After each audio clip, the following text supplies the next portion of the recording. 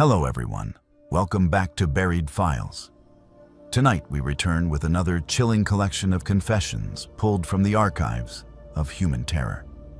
In this episode, we will walk alongside 6 individuals whose simple journey home became a descent into nightmare. These accounts have been reconstructed from police reports, emergency dispatch recordings, and personal testimonies shared in confidence with law enforcement and mental health professionals. Each story represents a documented case where an ordinary evening walk transformed into an encounter with forces that prey upon the vulnerable and isolated.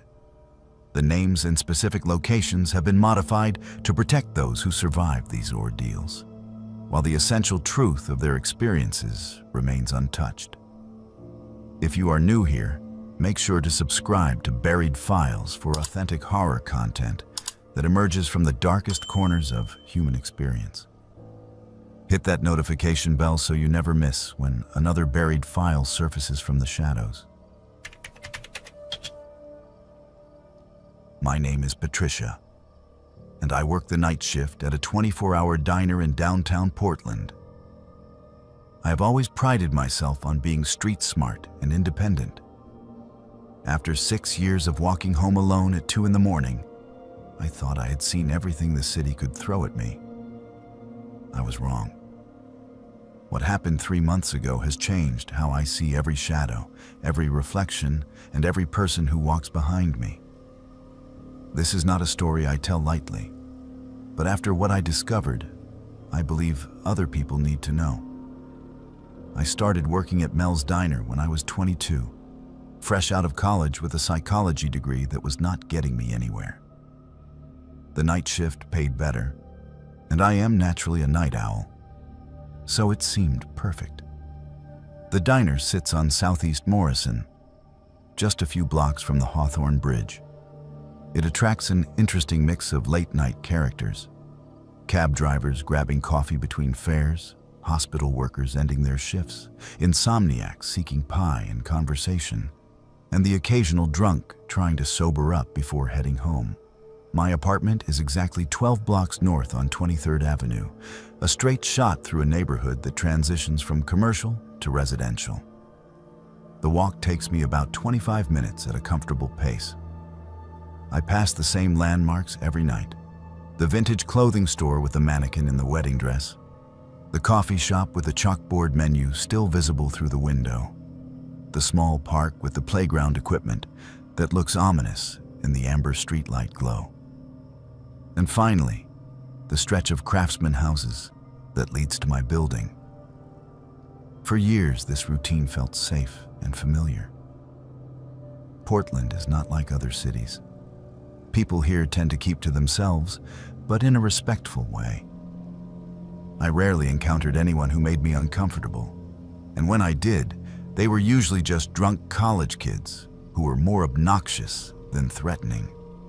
I carried pepper spray more out of habit than genuine concern, and I knew which houses had lights that stayed on all night, which meant someone was probably awake if I needed help.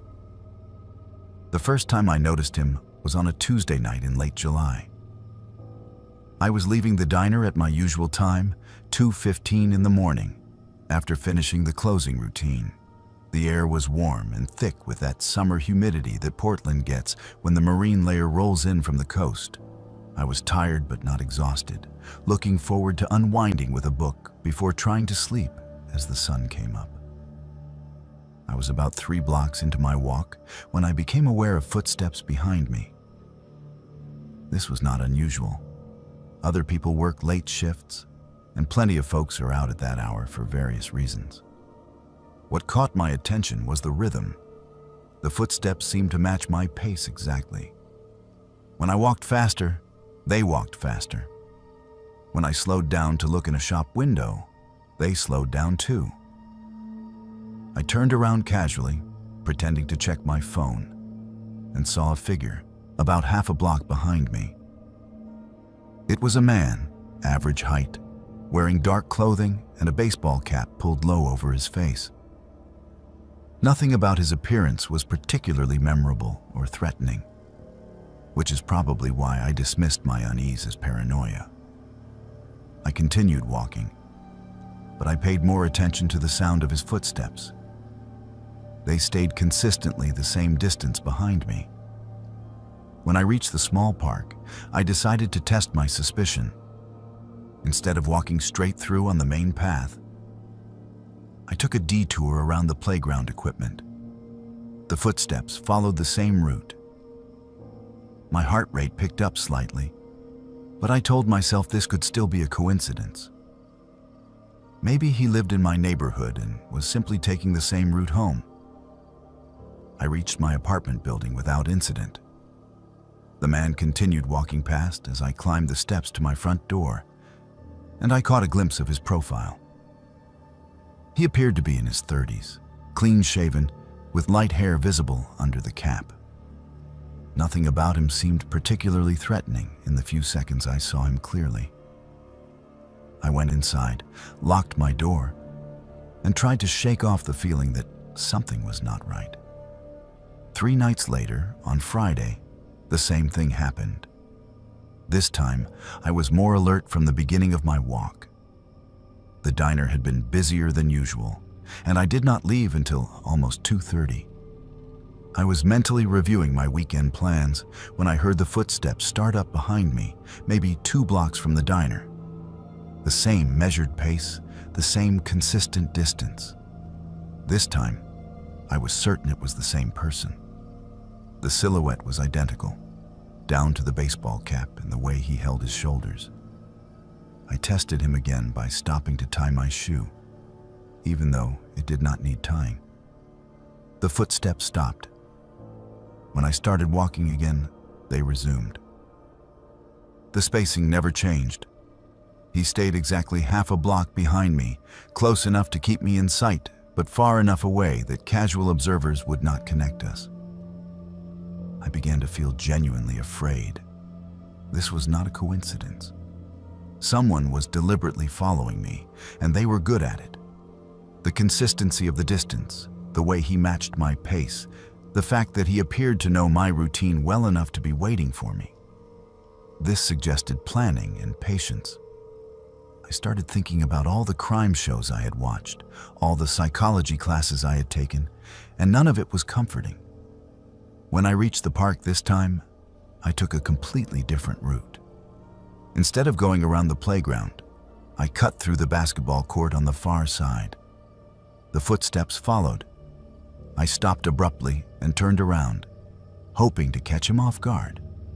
But he had stopped too and was examining his phone, looking for all the world like someone checking directions or messages. I reached my building with him, still maintaining that same distance behind me. This time, instead of going inside immediately, I pretended to have trouble finding my keys. I fumbled through my purse while watching his reflection in the glass door. He slowed his pace and seemed to be paying close attention to my building. But again, he walked past when I finally went inside. That weekend, I could not stop thinking about it. I considered calling the police, but what would I tell them? A man walked behind me on public streets and did not approach me or threaten me. I had no evidence of any crime or even clear intent to commit a crime. I started researching stalking behaviors online and learned that what I was experiencing could be a precursor to more serious harassment. But it could also be someone who happened to work a similar schedule and live in the same area. The following Tuesday, I decided to take action. I left the diner at my usual time, but immediately turned east instead of north, taking a completely different route that would add about 10 minutes to my walk, but would take me through a more populated area with better lighting. If someone was genuinely following me with bad intentions, they would have to adapt to this change. The footsteps appeared within 2 blocks. My blood ran cold. There was no way this was a coincidence. Someone was actively tracking my movements, and they were prepared for route changes. This person had been watching me long enough to know my habits and was dedicated enough to their surveillance to adjust when I deviated from my normal pattern. I stayed on the busier route, walking past a 24-hour grocery store and a gas station that always had customers, even at this hour. The footsteps maintained their distance. When I finally turned north toward my neighborhood, taking a route that would bring me to my building from a different direction, the follower stayed with me. This time, I was determined to get a better look at him. As I approached my building, I ducked into the alcove of a neighboring business and waited. From this position, I could see anyone walking up the street toward my building. Within a minute, he appeared under a street light, and for the first time, I got a clear view of his face. He was younger than I had estimated, probably late 20s, with pale skin and light brown hair. His features were unremarkable, the kind of face you might see anywhere and not remember. He was wearing jeans and a dark windbreaker over a plain t-shirt. What disturbed me most was his expression. He was not looking around nervously like someone who was lost or confused. He was focused and purposeful, scanning the street with the methodical attention of someone conducting surveillance. He stopped directly in front of my building and stood there for several minutes, looking up at the windows. My apartment is on the 3rd floor, and I realized with a sick feeling that he might already know which windows were mine. He pulled out his phone and appeared to be taking photos or notes. Then he walked to the corner and disappeared around the building. I waited another 10 minutes before leaving my hiding spot and going inside. I was shaking as I climbed the stairs to my apartment. Once inside, I immediately called in sick for the next night. I needed time to think and plan. This was clearly not going to resolve itself, and I was not safe continuing my normal routine. I spent the next day researching my options. I learned that Oregon has relatively strong stalking laws, but they require evidence of repeated harassment and a credible threat. I also discovered that many stalkers begin with surveillance behavior exactly like what I was experiencing. The fact that he was taking photos of my building suggested he was escalating his level of attention. I decided to involve my manager at the diner. Mike has worked there for 15 years and has seen every kind of situation you can imagine. I told him about the follower and asked if he had noticed anyone hanging around the restaurant who seemed out of place. Mike took my concerns seriously and said he would pay attention to the customers and anyone lurking outside during my shifts. When I returned to work 2 nights later, I asked Mike to walk me out at closing time. We left together through the back door, which opens onto an alley that connects to a different street. If my follower was waiting at the front of the restaurant, this might throw him off. We made it about 4 blocks before Mike spotted him. The man was walking parallel to us on a side street, maintaining visual contact, but staying at a distance.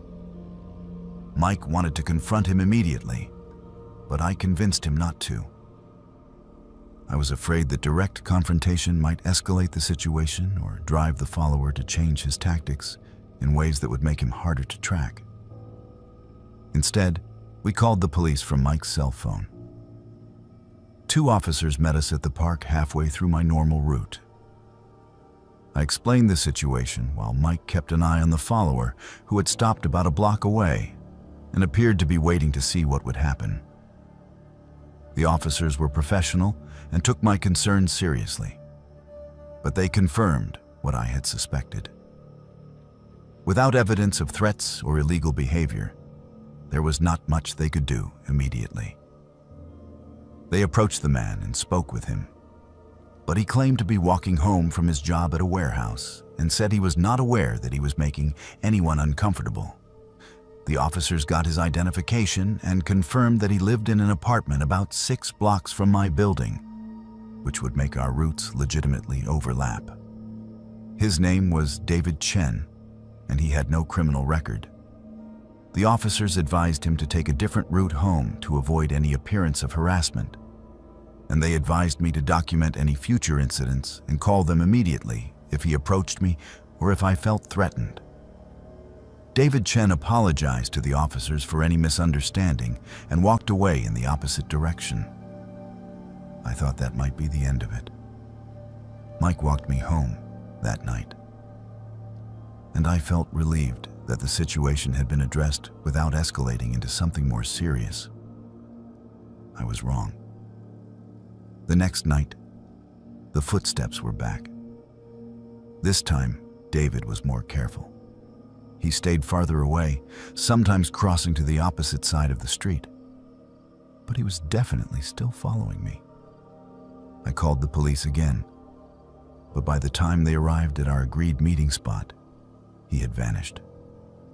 This pattern continued for the next week. David became increasingly sophisticated in his surveillance. He would sometimes walk ahead of me and then double back, or he would parallel my route from several blocks away and only become visible when I was nearly home. He seemed to have studied the patrol patterns of local police and knew how to avoid being spotted when I called for help. I started varying my schedule and route randomly, but it did not matter. He always found me. I began to suspect that he was watching the diner and timing his surveillance to begin when I left work. Mike confirmed this theory when he spotted David sitting in a car across the street during my shift, pretending to read while actually watching the front door. The situation reached a crisis point on a Thursday night in late August. I had been dealing with David stalking for almost a month, and the stress was affecting my sleep, my work performance, and my mental health. I was constantly anxious, jumping at every sound and checking over my shoulder compulsively. I had started carrying my pepper spray in my hand during the entire walk home. That night, I left work at the usual time, but took a route I had never used before, hoping to break the pattern. I walked west for several blocks before turning north, then took a zigzag path through residential streets that should have been impossible to predict. The footsteps found me anyway. This time they were closer. David was no longer maintaining his careful half-block distance. He was maybe 30 feet behind me, and when I turned to look, he did not bother to pretend he was doing something else. He just stared at me with an expression I could not read in the dim light. I started walking faster. He matched my pace. I began to jog. He jogged too. When I broke into a run, he ran after me. And for the first time, I realized that this situation might be about to become physically dangerous. I ran toward the brightest lights I could see, which turned out to be a 24-hour gas station about 3 blocks away. I could hear David's footsteps behind me, and they were getting closer. Just as I reached the gas station, he called out my name. "Patricia!" Hearing my name spoken by this stranger in the dark was one of the most terrifying moments of my life. It confirmed that his interest in me was personal and specific, not random. He knew who I was. I burst through the gas station door and told the clerk that someone was following me and I needed to call the police. The clerk, a young man named Kevin, immediately locked the door and called 911 while I tried to catch my breath and watch the parking lot through the window. David did not come into the gas station. Instead, he stood in the parking lot for a few minutes, staring at the building. Then he walked to my car, which was parked on the street, and placed something under the windshield wiper before walking away. The police arrived within 5 minutes. This time, they took the situation much more seriously because David had approached me and because there was evidence of his presence. The item he had left on my car was a handwritten note. I will never forget what it said. "I know you work Tuesday through Saturday, 6 p.m. to 2 a.m. I know you live at 2847 NE 23rd Avenue, apartment 3B. I know you buy coffee at the shop on Morrison every Sunday morning at 10:30. I know you call your mother every Wednesday at 7 p.m. I know when you sleep and when you are awake. I am not trying to hurt you. I just want to be close to you. You are the most beautiful part of my day." The note was signed David and included his phone number. Reading those words was like having ice water injected into my veins. This person had been watching me far longer than I realized, and far more closely. He knew details about my life that he could only have learned through extensive surveillance. The reference to calling my mother was particularly disturbing because I made those calls from inside my apartment, which suggested he might have found a way to listen to my conversations. The police arrested David that night and charged him with stalking. In his apartment, they found photographs of me taken with a telephoto lens, copies of my work schedule that he had somehow obtained, and detailed notes about my daily routine. He had been following me for almost 3 months before I noticed him. During the investigation, I learned that David had been fired from his warehouse job 2 weeks before I first spotted him, which meant he had been dedicating his entire nights to stalking me. He had also been following other women in the past, though none of them had reported it to police. David pleaded guilty to stalking charges and was sentenced to 18 months in jail, followed by 3 years of probation. He was also ordered to have no contact with me and to stay at least 500 feet away from my home, workplace, and any location where I might reasonably be expected to be. I changed jobs and moved to a different neighborhood. But the experience has left permanent changes in how I think about personal safety. I now understand that being followed is not always obvious, that predators can be patient and methodical, and that trusting my instincts about feeling watched or followed might save my life. The most disturbing aspect of this experience was not the fear I felt during those late-night walks, but the realization of how long David had been watching me without my knowledge. How many other nights had he followed me when I was completely unaware? How many women are being watched right now by someone they have never noticed? I share this story not to frighten people, but to encourage others to trust their instincts and take action when something feels wrong. If you feel like you are being followed, you probably are. Document everything, involve law enforcement early, and do not hesitate to change your routines or ask for help. The feeling that someone is watching you is not paranoia. It is your brain processing subtle cues that your conscious mind might miss. David Chen is still out there somewhere, serving his sentence, and I know that someday he will be released. I hope that prison has given him the help he clearly needed, but I also know that stalkers often repeat their behaviors. I live differently now, more carefully, but I refuse to let fear control my life entirely. Every woman deserves to walk home safely at night. Every person deserves to live without being hunted by strangers who have turned them into objects of obsession. If my story prevents even one person from going through what I experienced, then sharing these painful details will have been worth it.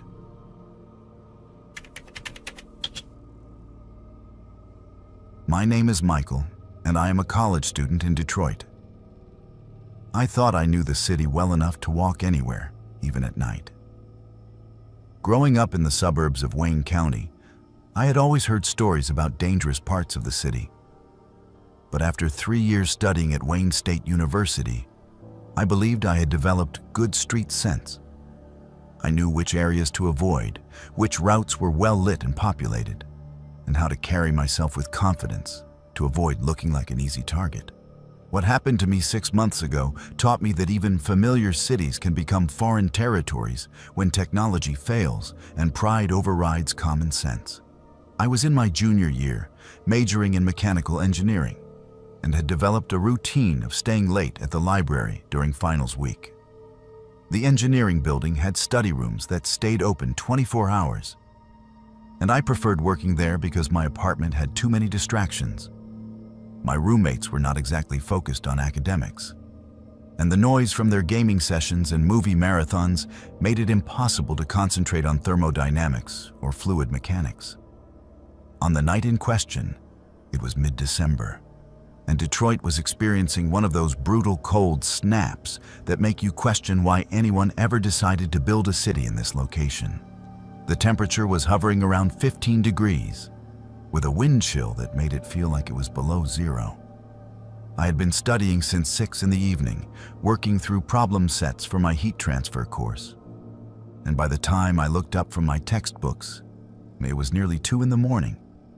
The library was almost empty, except for a few other students who looked as exhausted as I felt. I packed up my engineering notebooks, calculator, and the stack of reference books I had been consulting, and headed for the exit. The plan was simple. Walk the 12 blocks to my apartment on Cass Avenue, take a hot shower, grab a few hours of sleep, and then return to studying after my morning classes. I had walked this route dozens of times, both during the day and at night. It was a straightforward path that took me through the heart of the University District, past several dormitories, a few late-night food places that catered to students, and through neighborhoods that, while not affluent, were generally safe due to the constant presence of university security patrols and students walking to and from campus. The cold hit me like a physical blow when I stepped outside. December in Detroit is not forgiving. And I had dressed for sitting in a heated library, not for a 20-minute walk through Arctic conditions. I was wearing jeans, a sweater, and a jacket that was adequate for short distances, but not sufficient for extended exposure to this kind of weather. I pulled my knit cap down over my ears and started walking quickly, hoping to generate enough body heat to stay comfortable. Everything was normal for the first few blocks. I passed the dormitory, where most of the freshmen lived, and I could see lights in windows where other students were either studying or socializing despite the late hour. The sidewalks were clear of snow but slick with ice, so I had to pay attention to where I was stepping. The street lights created pools of orange illumination that provided enough visibility to navigate safely. My phone was in my jacket pocket, and about halfway through my walk, I felt it buzz with what I assumed was a text message. I pulled it out to check, thinking it might be one of my roommates asking when I would be home. But instead of displaying a message, the screen showed a low battery warning and then went completely black. This was annoying but not catastrophic. I knew my route well enough that I did not need GPS, and I was only about 6 blocks from home. I put the dead phone back in my pocket and continued walking, focusing on keeping warm and maintaining my footing on the icy sidewalk. That is when I made the decision that nearly cost me my life. As I approached the intersection where I normally turned left toward my apartment building, I noticed that the street was blocked by construction barriers. There were orange cones and yellow tape indicating that some kind of road work was in progress, though no workers were present at this hour. The barriers completely blocked the sidewalk and forced pedestrians to cross to the other side of the street or find an alternate route. Under normal circumstances, I would have simply walked around the construction zone, adding maybe 5 minutes to my trip. But the cold was becoming unbearable, and I was starting to lose feeling in my fingers despite keeping them in my pockets. I was also exhausted from hours of studying and not thinking as clearly as I should have been. I decided to take what I thought would be a shortcut through a neighborhood I'd seen from the bus but never walked through. It was an area of older industrial buildings and warehouses that had been converted to lofts and artist studios. From what I could observe during daylight bus rides, it seemed like a trendy area where young professionals and creative types were moving as part of Detroit's urban renewal efforts. I turned right instead of left and walked 2 blocks east, then turned north on a street I had never been on before. The plan was to walk parallel to my normal route for a few blocks, then turn west and reconnect with familiar territory. It seemed logical, and I estimated it would add no more than 10 minutes to my trip. The first sign that I'd made a serious error became apparent within 3 blocks of leaving my normal route. The character of the neighborhood changed dramatically. Instead of converted lofts with trendy coffee shops and galleries on the ground floor, I was walking past buildings that were clearly abandoned. Many of the streetlights were broken, creating long stretches of darkness between the few that were still functioning. The cold was becoming a serious problem. My hands were numb, and I was starting to shiver uncontrollably. I needed to get indoors soon, but I also needed to figure out where I was and how to get back to familiar territory. Without my phone, I had no way to access maps or call for help. I continued walking north, assuming that I would eventually reach a major street that I recognized. But after another 4 blocks, the situation became worse rather than better. The buildings around me were not just abandoned. They were derelict. Windows were boarded up or broken out entirely. Graffiti covered most surfaces, and not the artistic kind you might see in gentrified areas, but the territorial markings that indicate gang activity. The streetlights became increasingly sporadic, and I realized I was walking through sections where entire blocks had no illumination at all. The only light came from the occasional security light on a building that was still occupied, and even those were few and far between. I was now genuinely lost and starting to panic. The cold was no longer just uncomfortable, it was becoming dangerous. I could feel my body temperature dropping, and my thinking was becoming sluggish. I knew I needed to find shelter and warmth, but I also knew I was in an area where approaching the wrong building or the wrong people could create problems far worse than hypothermia. I decided to turn west, hoping to walk back toward the University District. But the street I chose led me deeper into the industrial wasteland. I was now walking between massive abandoned factory buildings that blocked out what little ambient light came from the city. The silence was complete except for the sound of my footsteps echoing off concrete walls and the distant hum of highway traffic. After another 10 minutes of walking, I realized I was completely disoriented. The streets in this area did not follow the grid pattern I was familiar with from the University District. They curved and dead-ended in ways that made no sense, probably following the original industrial layout from decades ago when this area was active manufacturing. I was beginning to experience the early stages of hypothermia. My shivering had become violent and uncontrollable, and I was having trouble concentrating on navigation. I knew I needed to find shelter immediately, even if it meant breaking into an abandoned building. That is when I saw the light. About 2 blocks ahead, I could see illumination coming from what appeared to be a large building. As I got closer, I could make out that it was some kind of warehouse or factory that was still in operation. There were vehicles in a fenced parking area, and I could hear the sound of machinery running inside. I approached the building with relief, thinking I could ask for help or at least warm up for a few minutes while I figured out how to get home. The building had loading docks and what appeared to be a night shift working inside. I could see people moving around through windows that were not covered. I walked up to what looked like the main entrance and knocked on the door. After a few minutes, a man opened it. He was in his 40s, wearing work clothes and a suspicious expression. Behind him, I could see several other men who had stopped what they were doing to look at me. I explained that I was lost and cold and asked if I could use a phone to call someone to pick me up. The man looked me up and down, taking in my university sweatshirt, my backpack full of textbooks, and my obvious distress from the cold. "You are not supposed to be here," he said. "This is private property." I apologized and explained that I was just trying to find my way back to the university area. But the man's expression became more hostile rather than sympathetic. He stepped outside and closed the door behind him, cutting off my view of the interior. "Listen, college boy," he said.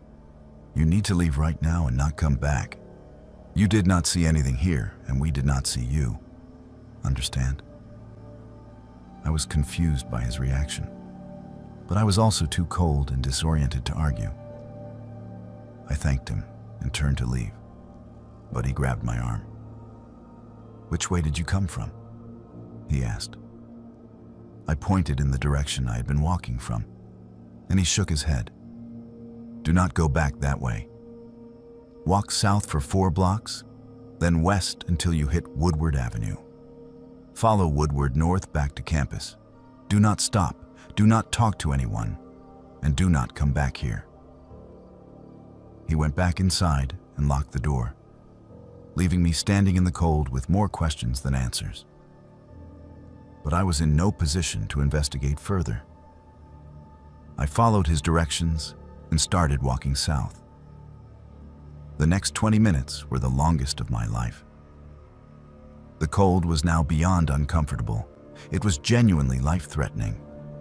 I was stumbling frequently, and my thinking had become so impaired that I had trouble remembering the directions I had been given.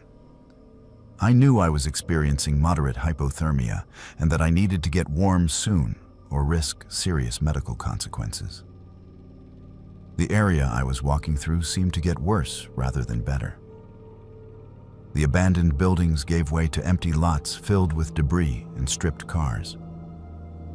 I passed several structures that were clearly being used as homeless encampments, and I could smell fires burning inside despite the danger this posed in buildings without proper ventilation or fire safety systems.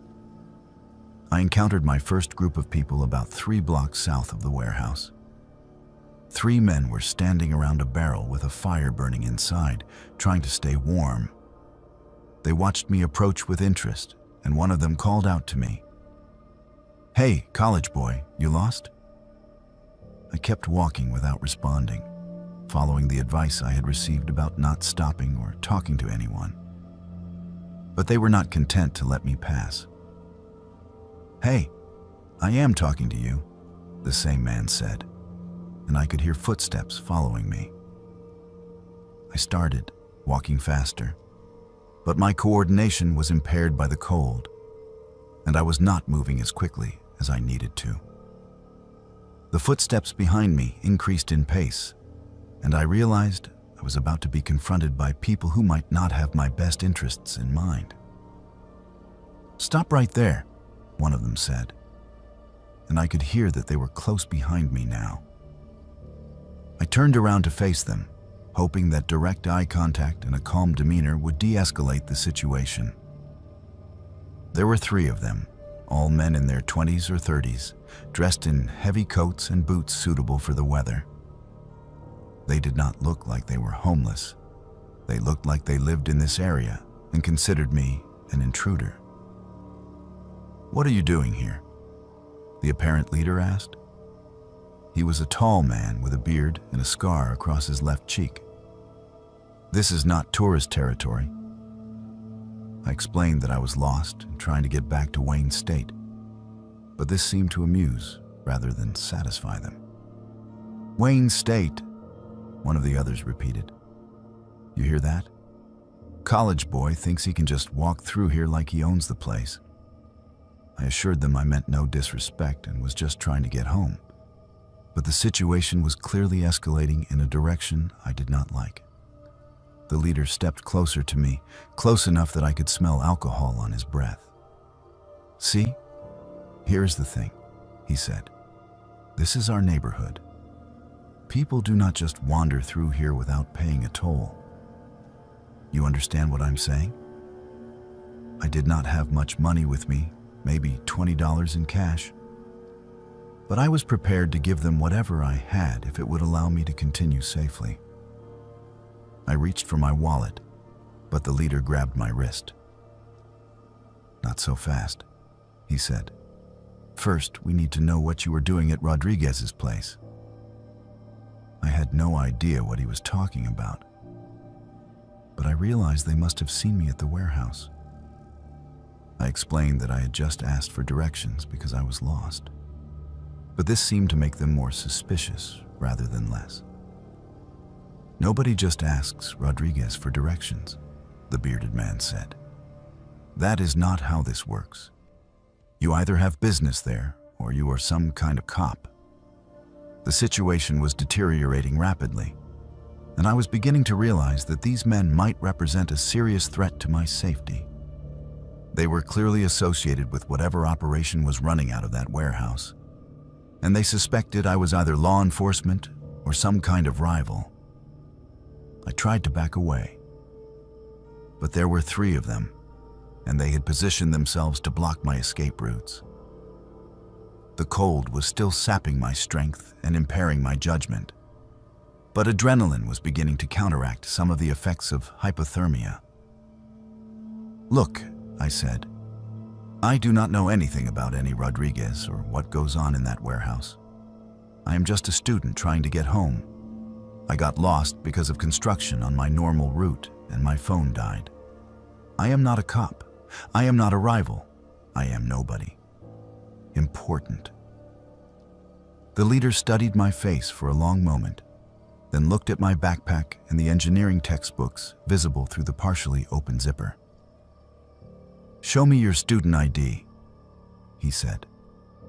I fumbled through my wallet with numb fingers and produced my Wayne State identification card.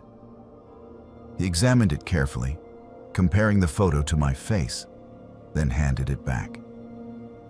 You are telling the truth about being a student, he said. But that does not change the fact that you saw something you were not supposed to see. And you are in a place you are not supposed to be. One of the other men whispered something to the leader that I could not hear, and his expression became more serious. Here is what is going to happen, he said. You are going to give us that $20 you were reaching for, and then you are going to walk straight south for 6 blocks without looking back. When you get to the main road, you are going to turn west and not stop until you reach civilization. And you are never going to come back to this area, and you are never going to tell anyone what you saw tonight. If you do, we will find you. Wayne State is not that big, and we know people who know people, understand? I nodded and handed over the money.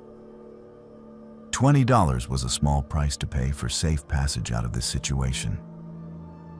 The leader pocketed the cash and stepped aside. Remember what I said about not looking back, he warned. We are going to watch you until you are out of our territory. And if you do anything stupid like try to circle back or call the cops from the first phone you find, there will be consequences. I walked away as quickly as my frozen legs would carry me, fighting the urge to run because I knew that would make me look guilty of something. I could feel their eyes on me for several blocks, but I did not turn around to check. The 6 blocks to the main road felt like 6 miles. I was now seriously hypothermic and having trouble maintaining my balance. My hands and feet were completely numb, and I was beginning to experience the confused thinking and poor coordination that indicates severe heat loss. When I finally reached Woodward Avenue, the sight of normal city traffic and functioning streetlights was like emerging from a nightmare into reality. I was still several miles from campus, but I was back in civilization where I could flag down a taxi or call for help from a business that was still open. I managed to find a gas station with a payphone and called my roommate to pick me up. While I waited for him to arrive, I sat in the heated convenience store and tried to warm up while the clerk kept a concerned eye on me. When my roommate arrived and saw my condition, he wanted to take me to the emergency room. But I convinced him I would be okay with warm clothes and hot drinks. We went home, where I spent the next hour in a hot shower trying to restore circulation to my extremities. I never reported what happened that night to the police, was not entirely sure what I had witnessed, and the threats I had received made it clear that getting involved with law enforcement could create more problems than it would solve. But I learned several important lessons that night about personal safety and urban navigation. First, never walk alone in an unfamiliar area. especially at night and especially in a city like Detroit, where the character of neighborhoods can change dramatically within a few blocks. Second, always carry backup power for your phone and let someone know your planned route and expected arrival time. Third, trust your instincts about dangerous situations and do not let pride or stubbornness override common sense. Most importantly, I learned that even cities you think you know can harbor areas that operate by completely different rules than the rest of society. What I stumbled into that night was clearly some kind of organized criminal operation, and my presence there was interpreted as a threat that needed to be neutralized. I still live in Detroit and still attend Wayne State, but I have never again deviated from well-traveled routes. And I never walk alone at night without telling someone where I am going and when I expect to arrive. The $20 I lost that night was the cheapest education I ever received about the reality of urban life and the importance of situational awareness. That experience taught me that there are places in every city where the normal social contract does not apply, and stumbling into them accidentally can have serious consequences. I was lucky that the people I encountered were more interested in protecting their operation than in harming a random college student. But the outcome could have been very different. I share this story as a reminder that technology failures can quickly turn routine activities into dangerous situations, and that pride and overconfidence can lead to poor decisions that put you at risk. Always have a backup plan. Always let someone know where you're going. And always trust your instincts when a situation feels wrong. My name is Linda, and I have always believed in the kindness of strangers. That belief almost cost me everything. Growing up in a small town outside Phoenix, I was raised to trust people and to accept help when it was offered. My parents taught me that most people are fundamentally good, and that acts of kindness between strangers are what makes society function. This worldview served me well for 28 years, until one night when my faith in human nature was nearly fatal. I work as a nurse at Phoenix General Hospital, and I had just finished a double shift that ended at 11 p.m. on a Tuesday in September. I was exhausted and looking forward to getting home to my apartment in Tempe, taking a hot bath, and sleeping for 10 hours straight. I had been on my feet for 16 hours, dealing with a particularly difficult day in the emergency department, where we had multiple trauma cases and several patients who required intensive monitoring. My car was parked in the hospital's employee garage, and everything seemed normal as I walked to it. The garage was well lit and secured, and I had never experienced any problems there before. I got into my car, started the engine, and began the 20-minute drive home through suburban Phoenix. The route from the hospital to my apartment is mostly surface streets through residential neighborhoods.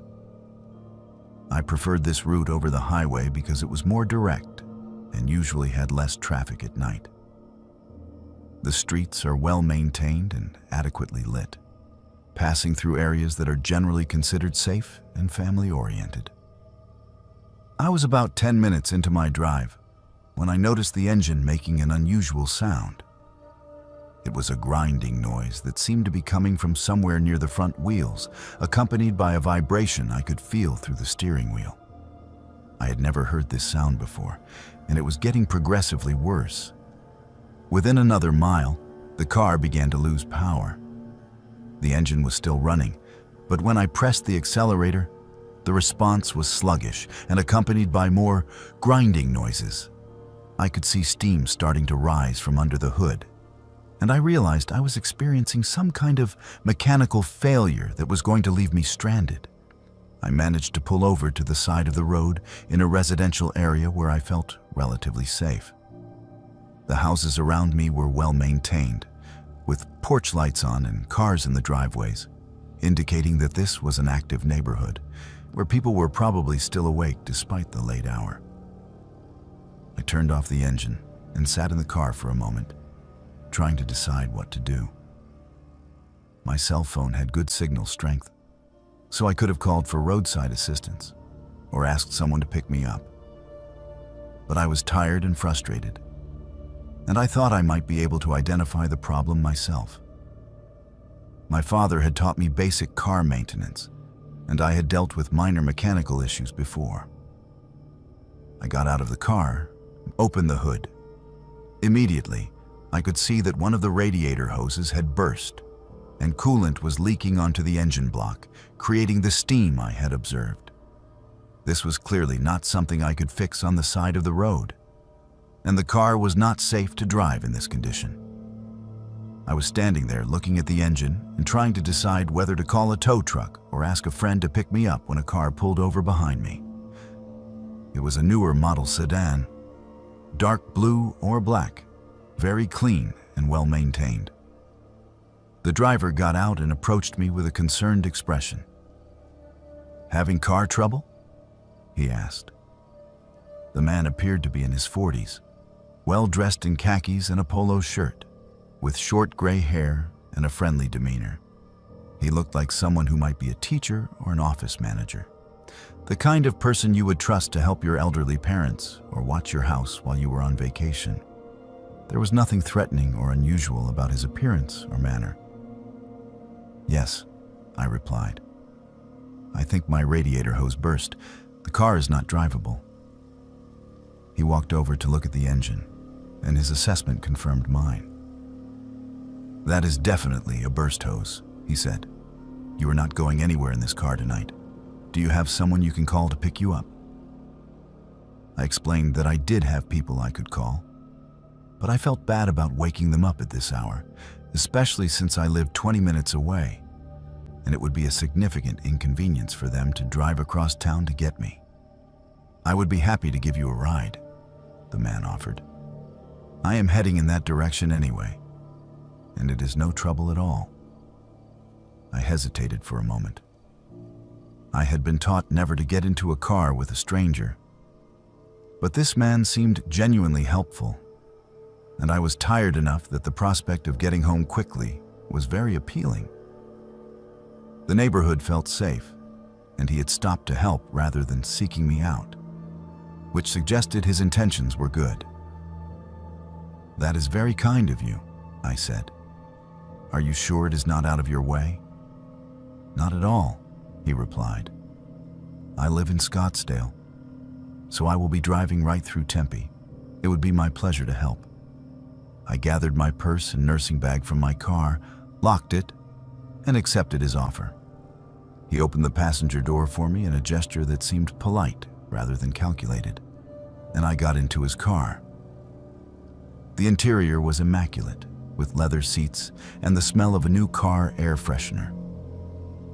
Classical music was playing softly from the stereo, and there were no personal items visible anywhere in the car.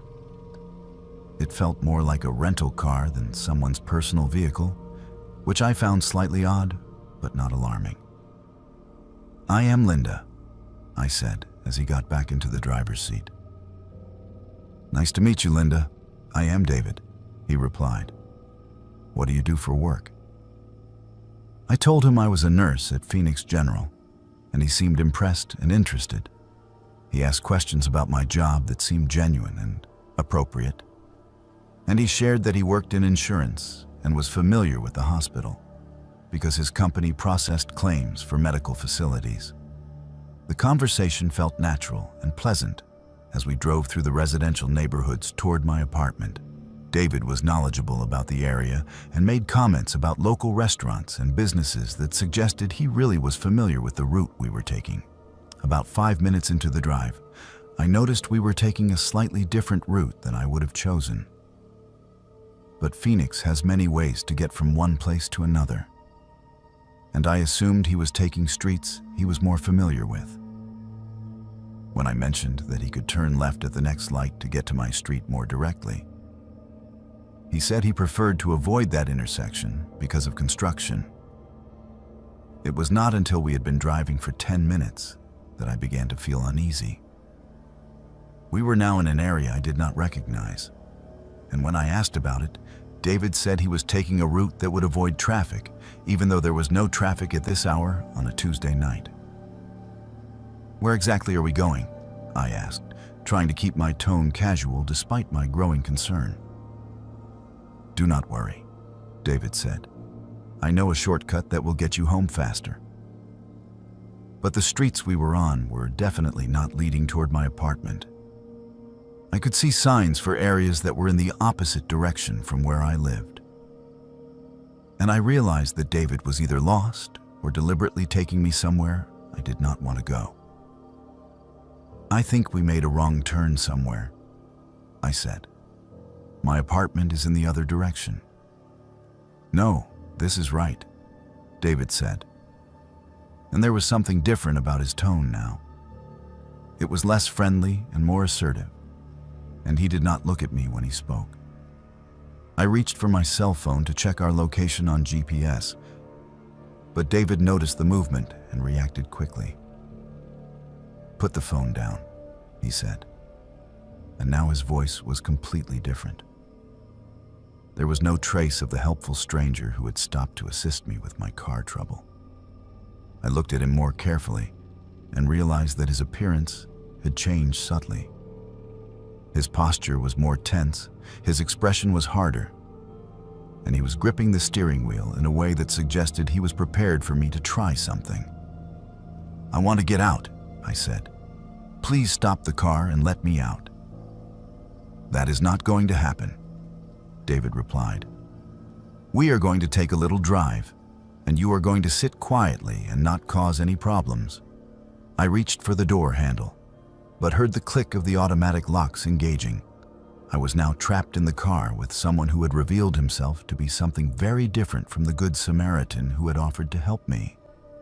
My nursing training had included some basic instruction about personal safety in crisis situations, and I knew that my chances of survival decreased significantly if David succeeded in taking me to whatever destination he had in mind. I needed to escape from the car while we were still in a populated area where I might be able to get help. I started looking for opportunities to jump from the vehicle. We were driving through an area with shopping centers and restaurants, some of which were still open despite the late hour. If I could get out of the car near other people, I might be able to get help before David could recapture me. David seemed to sense my intentions and began driving more aggressively, accelerating through intersections and making turns that would make it difficult for me to safely exit the vehicle. But he also had to obey traffic laws to avoid attracting attention from police, which meant he had to slow down for red lights and stop signs. As we approached a major intersection with a gas station and a 24-hour diner, I saw my opportunity. David had to stop for a red light, and there were other cars around us, along with people visible outside the businesses. I reached for the door handle again, hoping the locks had disengaged when we stopped, but they had not. David noticed my movement and grabbed my wrist with his free hand. "Do not even think about it," he said. "If you try to run, I will catch you, and then things will get much worse for you." But I could see people outside the diner, and I knew this might be my only chance to escape before David took me somewhere isolated where no one would hear me scream. I started hitting the window with my fist and shouting for help, hoping someone would notice. David released my wrist and reached across me to grab something from the glove compartment. I caught a glimpse of what appeared to be a knife or some other kind of weapon, and I knew I had to act immediately. As the light turned green and David began to accelerate, I grabbed the steering wheel and yanked it hard to the right, causing the car to swerve toward the curb. David fought me for control of the vehicle, and we both struggled as the car lurched across the intersection. The car jumped the curb and scraped along a concrete barrier before David regained control and steered back onto the road. But the incident had slowed us down enough that I was able to reach the door lock mechanism and unlock my door. As David accelerated again, trying to get away from the intersection where our struggle might have been observed, I opened the door and threw myself out of the moving vehicle. I hit the asphalt hard and rolled several times before coming to rest on the shoulder of the road. I was scraped and bruised, and my left shoulder felt like it might be dislocated. But I was alive and free from the car. David did not stop to try to recapture me. He accelerated away and disappeared into traffic, leaving me lying on the side of the road with injuries that required medical attention, but were not life-threatening. Several people had witnessed my escape from the car, and someone had already called 911 by the time I was able to sit up and assess my condition. An ambulance arrived within minutes, followed by police officers who took my statement about what had happened. The investigation revealed that David was not his real name, and the car he had been driving was reported stolen earlier that day from a rental car company. The license plate number I was able to provide led police to security camera footage that showed him switching plates in a parking lot. But they were never able to identify him or locate him. The detective assigned to my case told me that my experience matched a pattern of similar incidents in the Phoenix area over the previous 6 months. Several women had reported being approached by a well-dressed, friendly man who offered assistance with car trouble or other problems, then attempted to abduct them. I was the first victim who had managed to escape and provide a detailed description of both the perpetrator and his methods. I spent one night in the hospital for observation and treatment of my injuries, which included road rash, bruised ribs, and a separated shoulder. But I was lucky to be alive, and I knew it. If I had not acted when I did, David would have taken me somewhere isolated where the outcome would have been very different. The experience has fundamentally changed how I think about accepting help from strangers. I still believe that most people are fundamentally good, but I also understand that predators deliberately exploit our trust and kindness to gain access to victims. I share this story as a warning to others, especially women, about the tactics used by people who prey on those in vulnerable situations. Car trouble, a dead cell phone battery, being lost in an unfamiliar area. These are all situations where we might be tempted to accept help from someone who appears friendly and trustworthy. The most important lesson I learned is that it is always better to call for help from someone you know, even if it is inconvenient for them, rather than accepting assistance from a stranger. If you must accept help from someone you do not know, do it in a public place where other people can observe the interaction and trust your instincts if something feels wrong. David presented himself as exactly the kind of person you would want to encounter in a crisis. Helpful, competent, and trustworthy. But predators are skilled at creating false personas that appeal to our desire to believe in human kindness. The fact that someone appears normal and helpful does not mean they are safe. I was fortunate to escape with my life and relatively minor injuries. But I know that other women who encountered this same predator may not have been as lucky. The police investigation is still active, and I hope that my testimony will eventually help bring this person to justice and prevent him from harming others.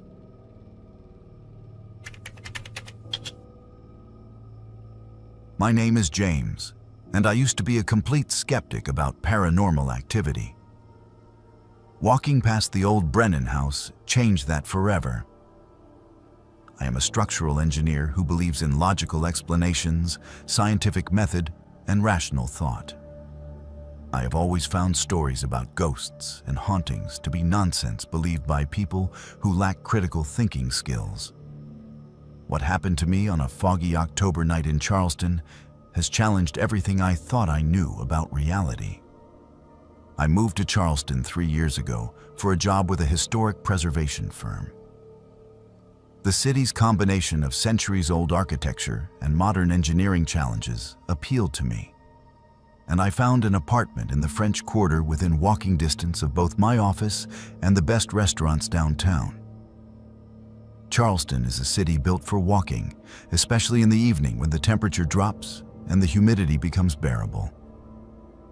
I developed a routine of taking long walks after work, exploring different neighborhoods, and studying the architectural details that have allowed these buildings to survive for centuries.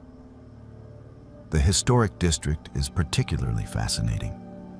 With its antebellum mansions, cobblestone streets, and carefully preserved structures that tell the story of 300 years of American history. The Brennan House sits on a corner lot on Lagar Street, surrounded by an elaborate wrought iron fence that has been painted black so many times, the original decorative details are nearly obscured.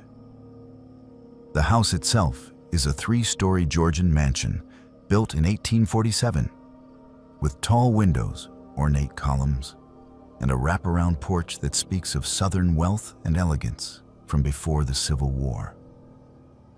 What makes the Brennan House different from other historic mansions in the area is that it has been abandoned for almost 20 years.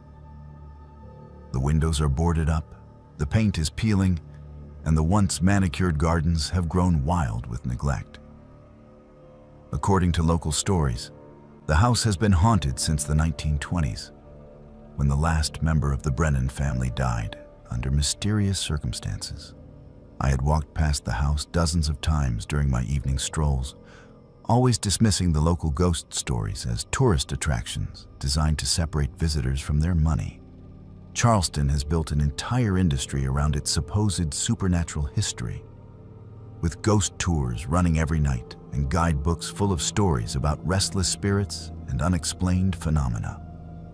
The night that changed my perspective was October 15th, a Tuesday evening when Charleston was experiencing an unusual weather pattern that had brought dense fog in from the harbor.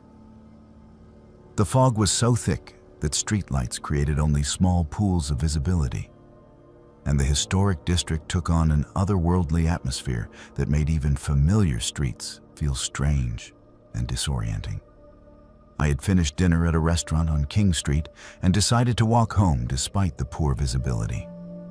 I enjoy the challenge of navigating by memory and landmarks, and I thought the fog added an interesting element to my usual route through the historic neighborhoods. As I approached the intersection where the Brennan House sits, I noticed something that stopped me in my tracks. One of the third-floor windows, which I knew had been boarded up for years, was showing light. Not electric light, but the warm, flickering glow of candles or oil lamps. I stood at the corner for several minutes, staring at the window and trying to think of logical explanations. Perhaps the boarding had fallen away from the inside, allowing light from a street lamp to shine through. Or maybe homeless people had broken into the house and were using candles for illumination. As I watched, a shadow moved across the lighted window. It was clearly the silhouette of a person, and from the size and movement, it appeared to be a woman in a long dress. She moved slowly from one side of the window to the other, paused for a moment as if looking out, then disappeared from view. My engineering mind immediately began analyzing what I had observed. The movement was too deliberate and purposeful to be caused by something inanimate like curtains or debris. Someone was definitely inside the house, despite the fact that it had been legally condemned and was supposed to be secured against entry. I decided to investigate. The property was surrounded by the wrought iron fence, but I could see that some of the fence pickets had been bent or broken, creating gaps large enough for a person to squeeze through. I found one of these gaps and managed to enter the property without difficulty. The yard was overgrown with vegetation that had been allowed to grow wild for years, creating a jungle of vines, bushes, and small trees that made navigation treacherous in the fog. As I approached the house, I could see that several of the first-floor windows had been broken, and the boarding on some of them had been pried away, creating access points. The front porch was littered with debris, and the steps leading to the main entrance were partially collapsed. I circled the house looking for signs of recent entry, and I found evidence that people had been using the property. There were empty bottles, food containers, and other trash that suggested homeless individuals or vandals had been accessing the building regularly. But what I could not find was any sign of current occupation. There were no vehicles parked nearby, no sounds coming from inside the house, and no additional lights visible from any of the windows. The third-floor window that had been illuminated when I first observed it was now dark.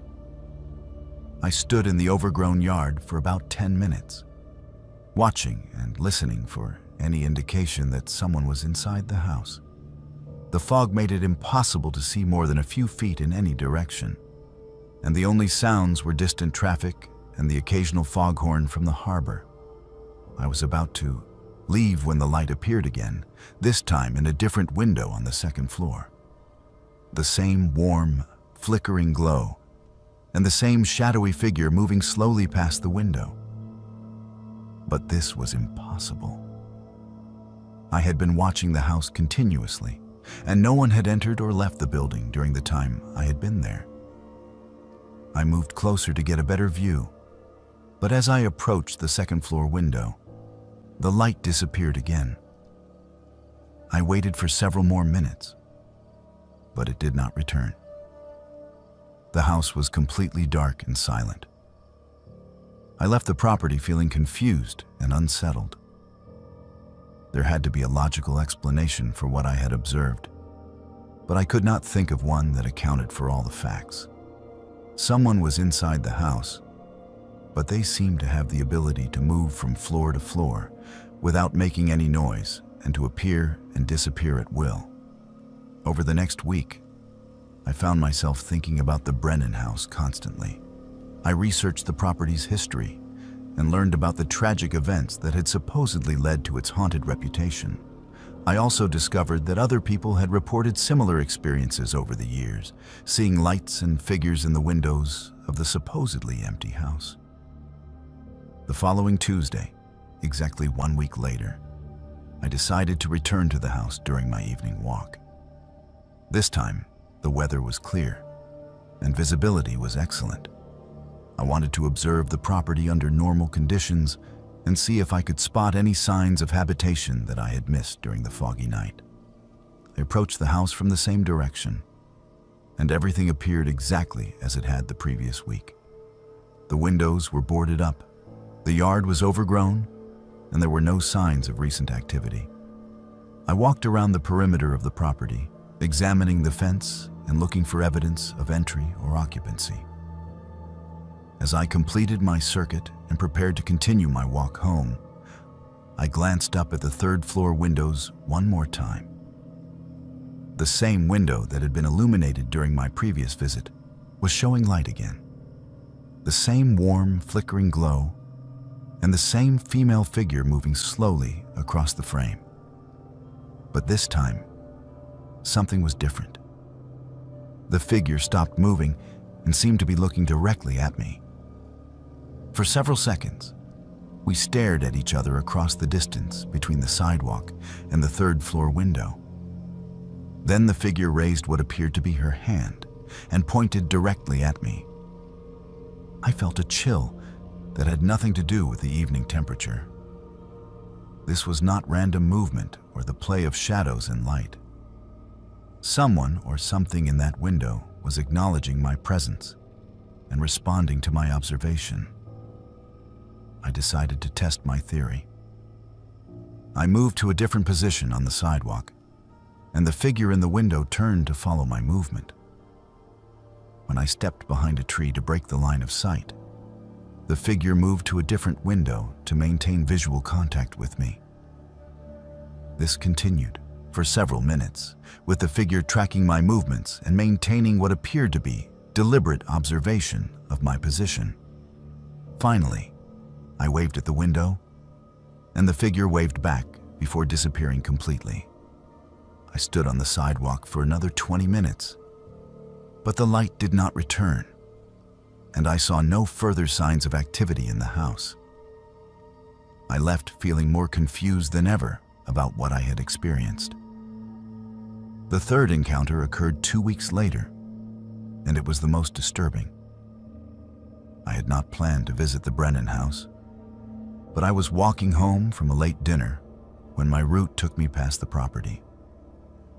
It was almost midnight, and the historic district was nearly deserted. As I approached the intersection, I saw something that made no sense.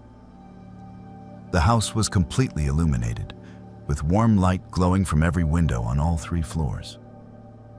It looked exactly as it might have appeared in the 1800s, when it was occupied by a wealthy family hosting an evening social event.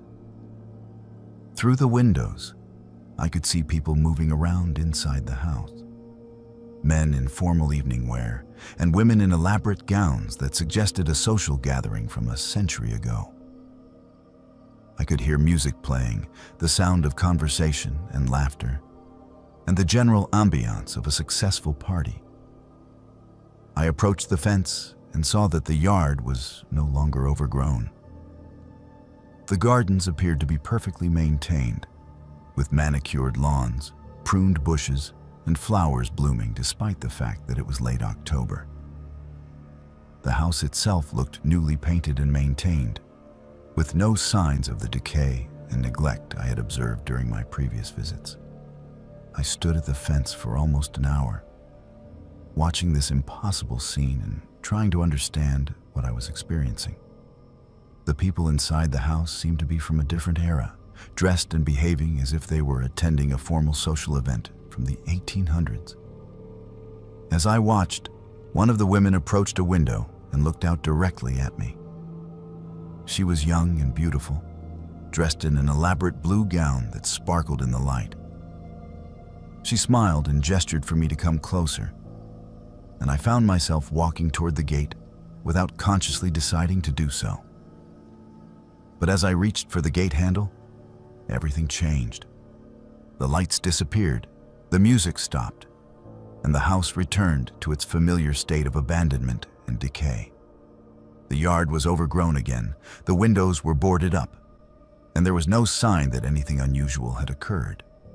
I have never been able to explain what I experienced at the Brennan house. I have researched the property extensively and learned that similar reports have been made for almost a century, always describing the same phenomena: lights in the windows, figures moving inside, and the occasional appearance of a fully restored and occupied house. I still consider myself a rational person who believes in scientific explanations for natural phenomena. But I also know what I saw, and I cannot dismiss it as imagination or misperception. The Brennan house exists in some state that defies conventional understanding, and I was privileged to witness something that most people would consider impossible.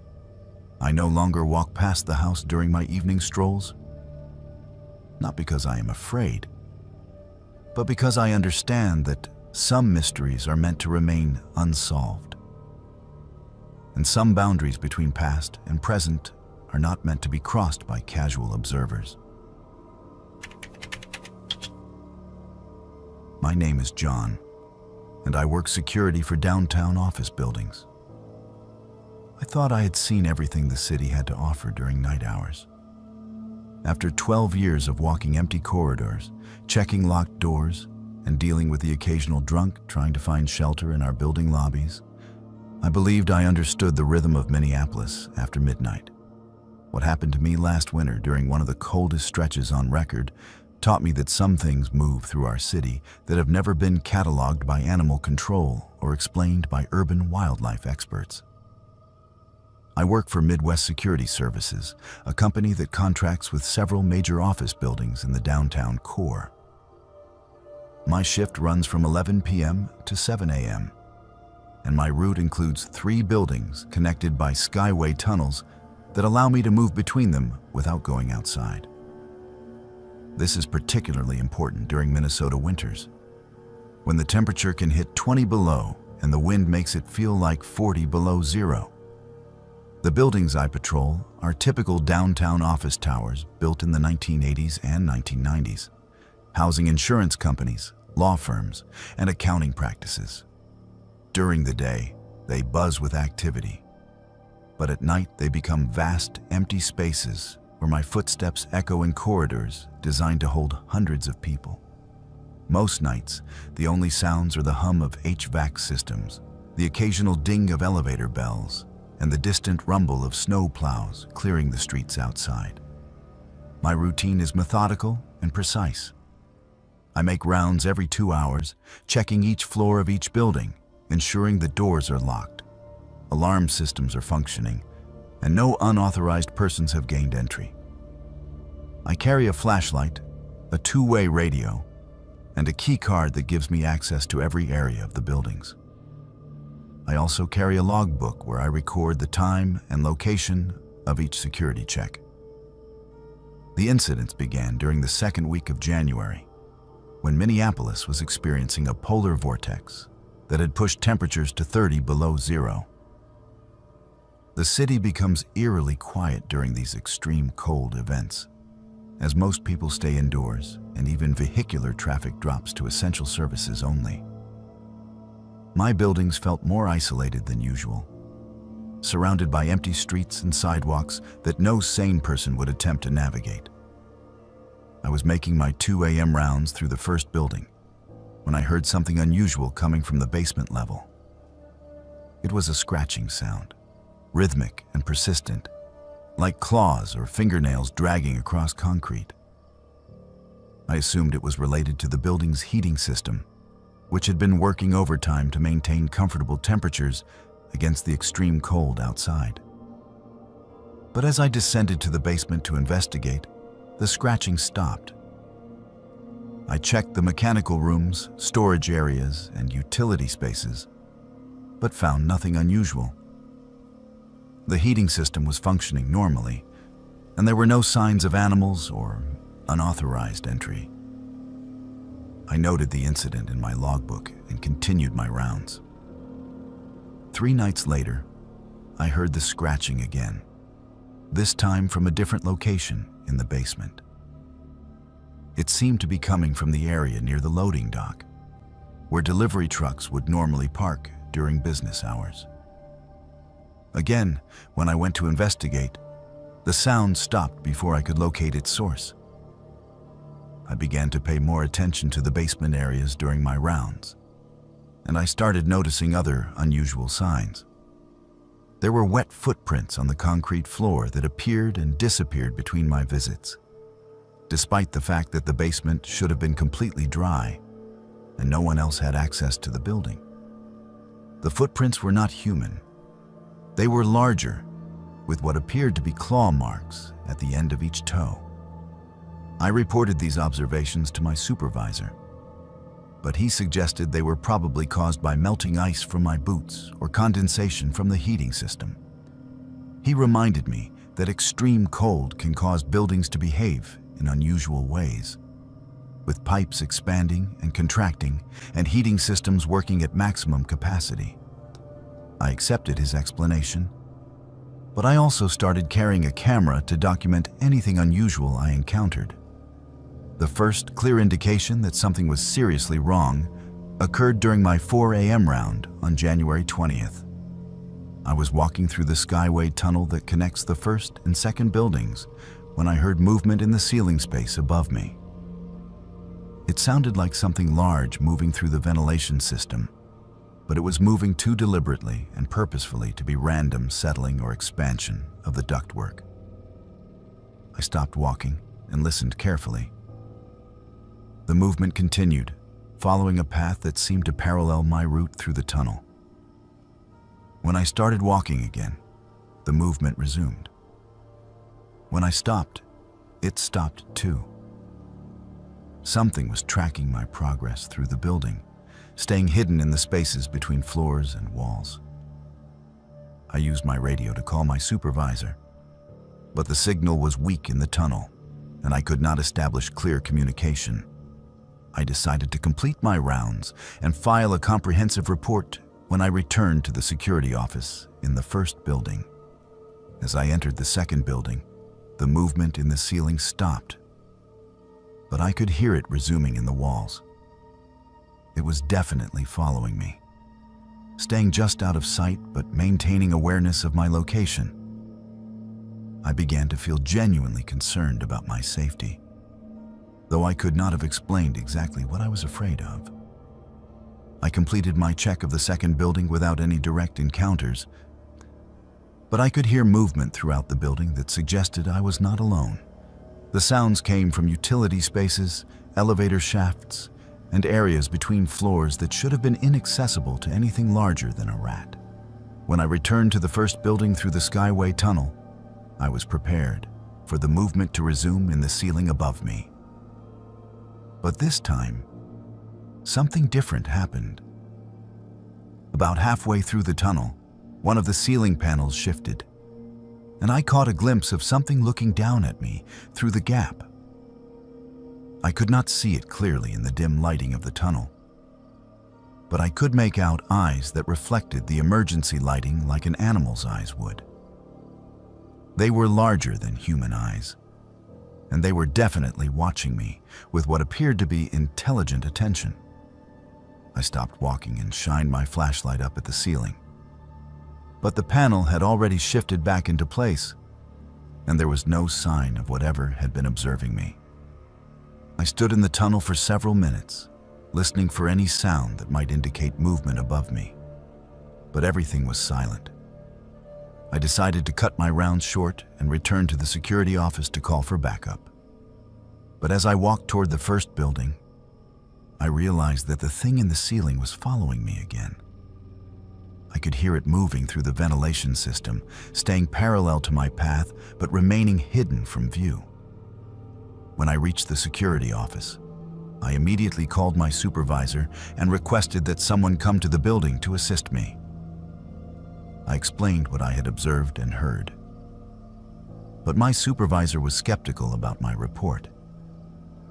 He suggested that stress and isolation during the night shift can cause people to misinterpret normal building sounds as something more threatening, but he agreed to send someone to check on me, and within 30 minutes, my colleague Marcus arrived to help complete the remaining rounds. I briefed him on what I had experienced, and he agreed to help me investigate the areas where I had heard the unusual sounds. We started in the basement, where the scratching sounds had originated. Marcus was armed with a more powerful flashlight and a camera with a flash. We systematically checked every area that could potentially hide an animal or intruder. We found more of the wet footprints, and Marcus agreed that they did not look human. We also found scratch marks on some of the concrete walls that appeared to be fresh. They were too deep and too high to have been made by any known urban wildlife, and they seemed to have been made by claws rather than tools. As we moved through the building, we continued to hear movement in the walls and ceiling spaces. Marcus acknowledged that the sounds were unusual, but he maintained that they were probably caused by the building structure responding to the extreme cold outside. It was not until we reached the Skyway tunnel that Marcus became convinced that we were dealing with something beyond normal building maintenance issues. As we walked through the tunnel, the ceiling panel that had shifted during my earlier encounter moved again. And this time, Marcus saw what I had seen. The eyes that looked down at us were definitely not human, and they belonged to something much larger than any animal that should have been able to access the building's ventilation system. Marcus immediately used his radio to call for additional security personnel and contact the city's animal control services. We retreated to the security office and waited for help to arrive. During the next hour, we could hear movement throughout the building that suggested whatever was in the ventilation system was becoming more active and less concerned about remaining hidden. When the animal control officers arrived, they brought equipment for dealing with large animals that might have taken shelter in the building during the extreme cold. They also brought tranquilizer guns and protective gear, indicating that they were prepared for potentially dangerous wildlife. The search of the building took 4 hours and involved accessing ventilation shafts, utility spaces, and areas between floors that are normally sealed off from human access. The animal control officers found evidence of occupancy in several locations, including nesting materials and food remains that suggested something had been living in the building for an extended period. But they never found the creature itself. Whatever had been moving through the building's infrastructure had apparently left during the time we were waiting for help to arrive. The animal control officers collected samples of the evidence they found and promised to analyze them to determine what kind of animal had been using the building as shelter. The results of their analysis were inconclusive. The nesting materials included substances that were not consistent with any known urban wildlife, and the food remains included items that no local animal would have been able to obtain or digest. The scratch marks and footprints were also inconsistent with any species normally found in Minneapolis. The building management company installed additional security measures, including motion sensors in the ventilation system and cameras in areas that had previously been unmonitored. They also sealed access points that might have allowed animals to enter the building from outside. I returned to my normal duties after a week of administrative leave, but the building felt different during my night rounds. The unusual sounds and movements stopped, but I never felt completely alone during my shifts. I had the persistent feeling that something was watching me from spaces I could not see, waiting for the right opportunity to resume its activities. 3 months later, during another period of extreme cold, the scratching sounds returned. This time, building management took my report seriously from the beginning, and they immediately contacted Animal Control Services. But once again, despite extensive searching, no creature was found. I still work security in downtown Minneapolis, but I have requested reassignment to buildings that do not have extensive ventilation systems or utility spaces where large animals could hide. Experience taught me that cities harbor forms of life that are not documented in any wildlife guides, and that some of these creatures are intelligent enough to avoid detection while sharing space with human activities. I encourage other security personnel to trust their instincts when they encounter unusual sounds or signs of animal activity in buildings. Document everything, report incidents immediately, and do not hesitate to request backup when dealing with situations that feel dangerous or beyond normal experience. The creature I encountered in those downtown buildings was never identified or captured. And for all I know, it is still moving through the underground spaces that connect Minneapolis buildings, avoiding detection while adapting to urban life in ways that urban planners never anticipated. My name is Mary, and I moved to what I thought was the perfect suburban neighborhood in Savannah. I learned that perfection can hide the darkest secrets. I am a marketing coordinator who had been living in downtown Savannah for 3 years when I decided I wanted something quieter, safer, and more family-oriented. I was 31 years old, single, and starting to think about buying my first house instead of renting apartments. The neighborhood called Magnolia Gardens seemed like exactly what I was looking for. Magnolia Gardens was a planned community built in the early 2000s, featuring identical Georgian-style homes with white columns, manicured lawns, and tree-lined streets that created a picture-perfect American suburb. The houses were all painted in coordinated colors approved by the Homeowners Association, and every yard was maintained to the same immaculate standard. It looked like something from a magazine about successful suburban living. I found a house on Azalea Drive through a real estate agent who specialized in the community. The house was a 3-bedroom, 2-bath colonial with hardwood floors, granite countertops, and a 2-car garage. The previous owners had been transferred to another city for work, and they were motivated to sell quickly.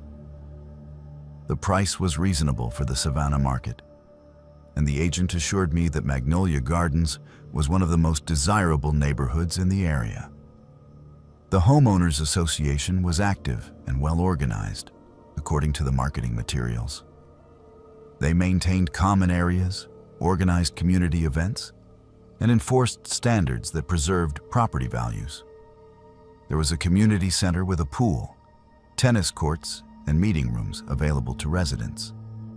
The neighborhood also had its own security patrol that made regular rounds to ensure safety and tranquility. I moved into the house on a Saturday in early September, and my first impression was overwhelmingly positive. The neighbors who came to introduce themselves were friendly and welcoming. They brought cookies, offered to help with unpacking, and invited me to join the weekly book club and monthly potluck dinners. Everyone seemed genuinely happy to have a new resident, and they were eager to tell me about all the wonderful aspects of living in Magnolia Gardens. The neighborhood had traditions and rituals that brought residents together. There were seasonal decorating contests, charity drives, and holiday celebrations that were well attended and enthusiastically supported. Children played safely on the streets, couples walked their dogs along the sidewalks, and families gathered in their driveways for evening conversations while washing cars or tending gardens. For the first month, everything was exactly as advertised. I settled into a routine of walking through the neighborhood each evening after work, greeting neighbors who were outside, and feeling grateful that I had found such a wonderful place to live. The houses were beautiful, the people were kind, and the atmosphere was peaceful and secure. The Homeowners Association held a welcome reception for new residents during my second month in the neighborhood. It was held at the community center on a Thursday evening, and nearly every household was represented. The association president, a woman named Helen Morrison who lived on Dogwood Lane, gave a presentation about community guidelines, upcoming events, and the importance of maintaining the standards that made Magnolia Gardens special. During the reception, I met more neighbors and learned about their backgrounds and interests. There were teachers, accountants, small business owners, retirees, and young families with children. Everyone seemed genuinely committed to the community and proud of what they had built together. The conversation was pleasant and engaging, and I left the reception feeling more connected to my new neighborhood than I had ever felt anywhere else I had lived. It was during my third month that I began to notice subtle things that seemed slightly unusual. During my evening walks, I observed that many of the neighbors were outside at exactly the same times each day, engaged in exactly the same activities. The man on Camellia Street washed his car every Tuesday and Friday at 6 p.m. The woman on Dogwood Lane watered her flowers every day at 5:30 p.m. The elderly couple on Rose Avenue sat on their porch swing every evening from 7 to 8 p.m. At first, I assumed this was simply the natural rhythm of suburban life, with people developing routines that fit their schedules and preferences. But as I paid more attention, I realized the timing was too precise and the activities too consistent to be entirely natural. It was as if everyone was following a schedule that had been carefully coordinated. I also noticed the conversations with neighbors had a repetitive quality. People would ask the same questions in the same order and give responses that seemed rehearsed rather than spontaneous. When I mentioned current events or personal experiences from outside the neighborhood, residents would politely acknowledge what I said, but then steer the conversation back to topics related to Magnolia Gardens. The most unusual aspect of these interactions was that neighbors seemed to know details about my daily routine that I had never shared with anyone. They would comment on what time I left for work, what I had purchased at the grocery store, or what television shows I watched, despite the fact that my house was not visible from their properties, and I had never discussed these details. During my fourth month, I decided to test my growing suspicions about the neighborhood. I deliberately changed my evening walk routine, taking different routes and varying the times when I went outside. I also started paying closer attention to who was watching me and how they reacted to my presence. The results were disturbing. No matter which route I took or what time I walked, I would encounter the same neighbors engaged in outdoor activities that gave them perfect vantage points to observe my movements. If I walked early, people would be outside earlier than usual. If I took a different street, Residents on that street would suddenly have reasons to be in their front yards. I also realized that the activities themselves were often unnecessary or illogical. People would be watering plants that had just been watered, washing cars that were already clean, or checking mailboxes that had already been checked. The activities were pretexts for surveillance, not genuine household maintenance. The situation escalated during my 5th month, when I decided to skip my evening walk entirely and instead observe the neighborhood from my bedroom window. What I saw confirmed my worst suspicions about Magnolia Gardens and its residents. Without me outside to observe, the elaborate performance of normal suburban life simply stopped.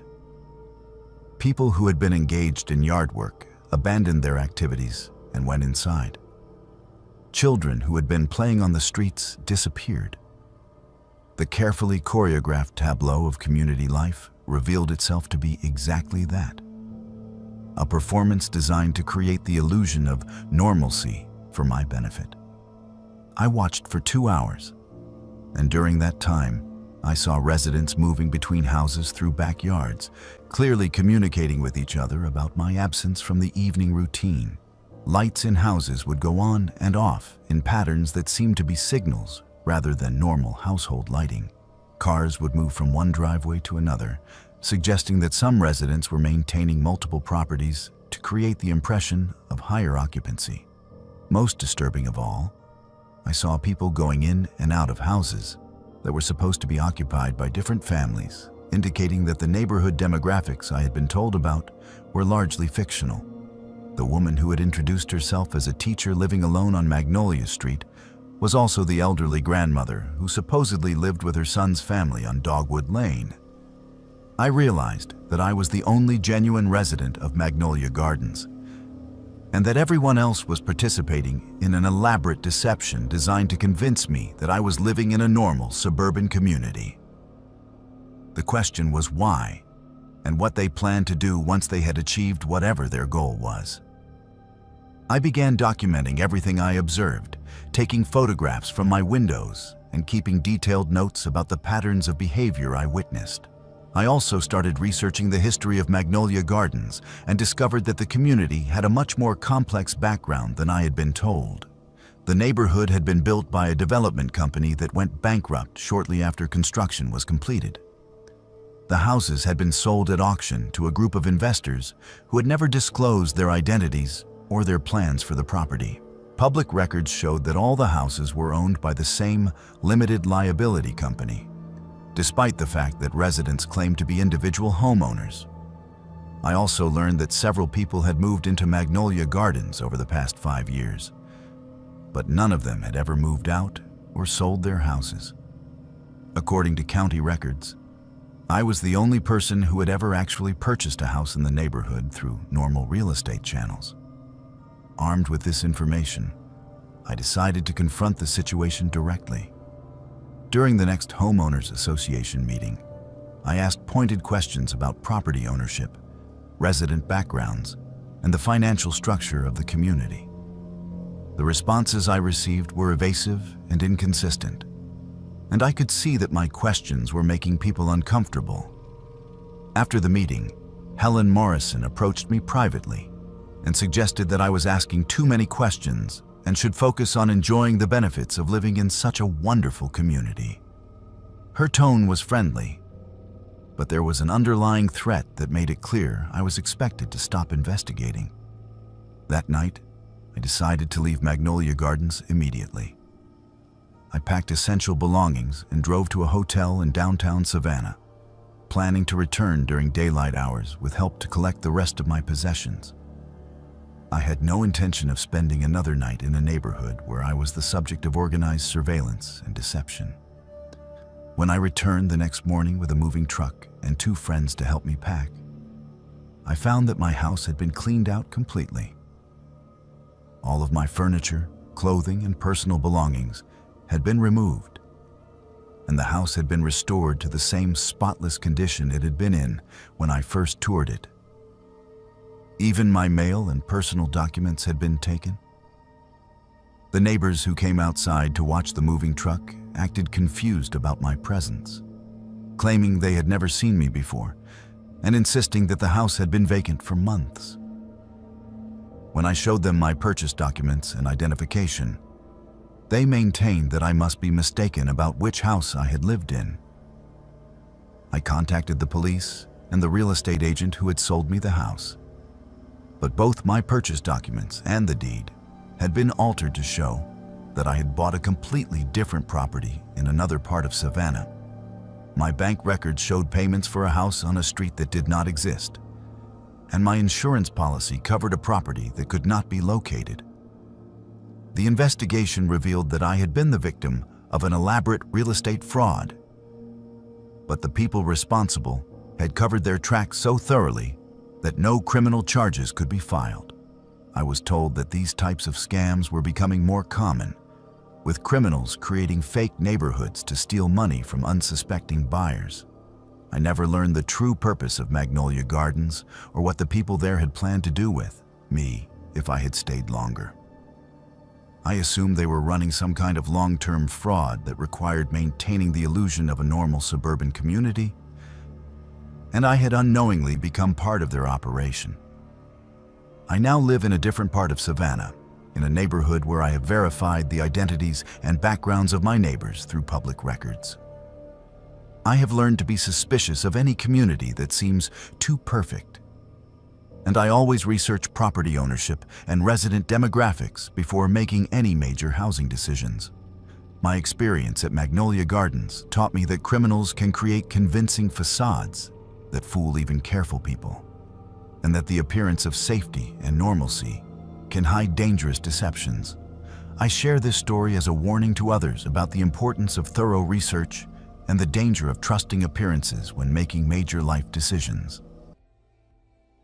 Hello everyone, welcome back to Buried Files. Tonight we bring you 6 deeply disturbing true park ranger horror stories that will make anyone reconsider their next trip into the wilderness.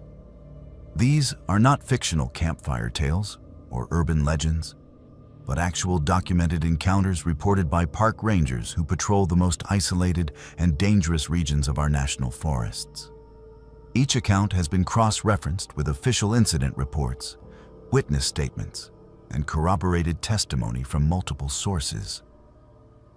The deep wilderness holds dangers that most visitors will never see, and those who protect these lands have witnessed things that defy rational explanation. If you appreciate genuine horror content based on real events that happen to real people, subscribe to Buried Files and hit the notification bell so you never miss our next investigation into the terrifying truth. After listening to these accounts, we want to hear from you in the comments below about your own experiences in remote wilderness areas or any encounters you have had with the unexplained. Now settle in as we explore the darkness that awaits those who venture too far from civilization.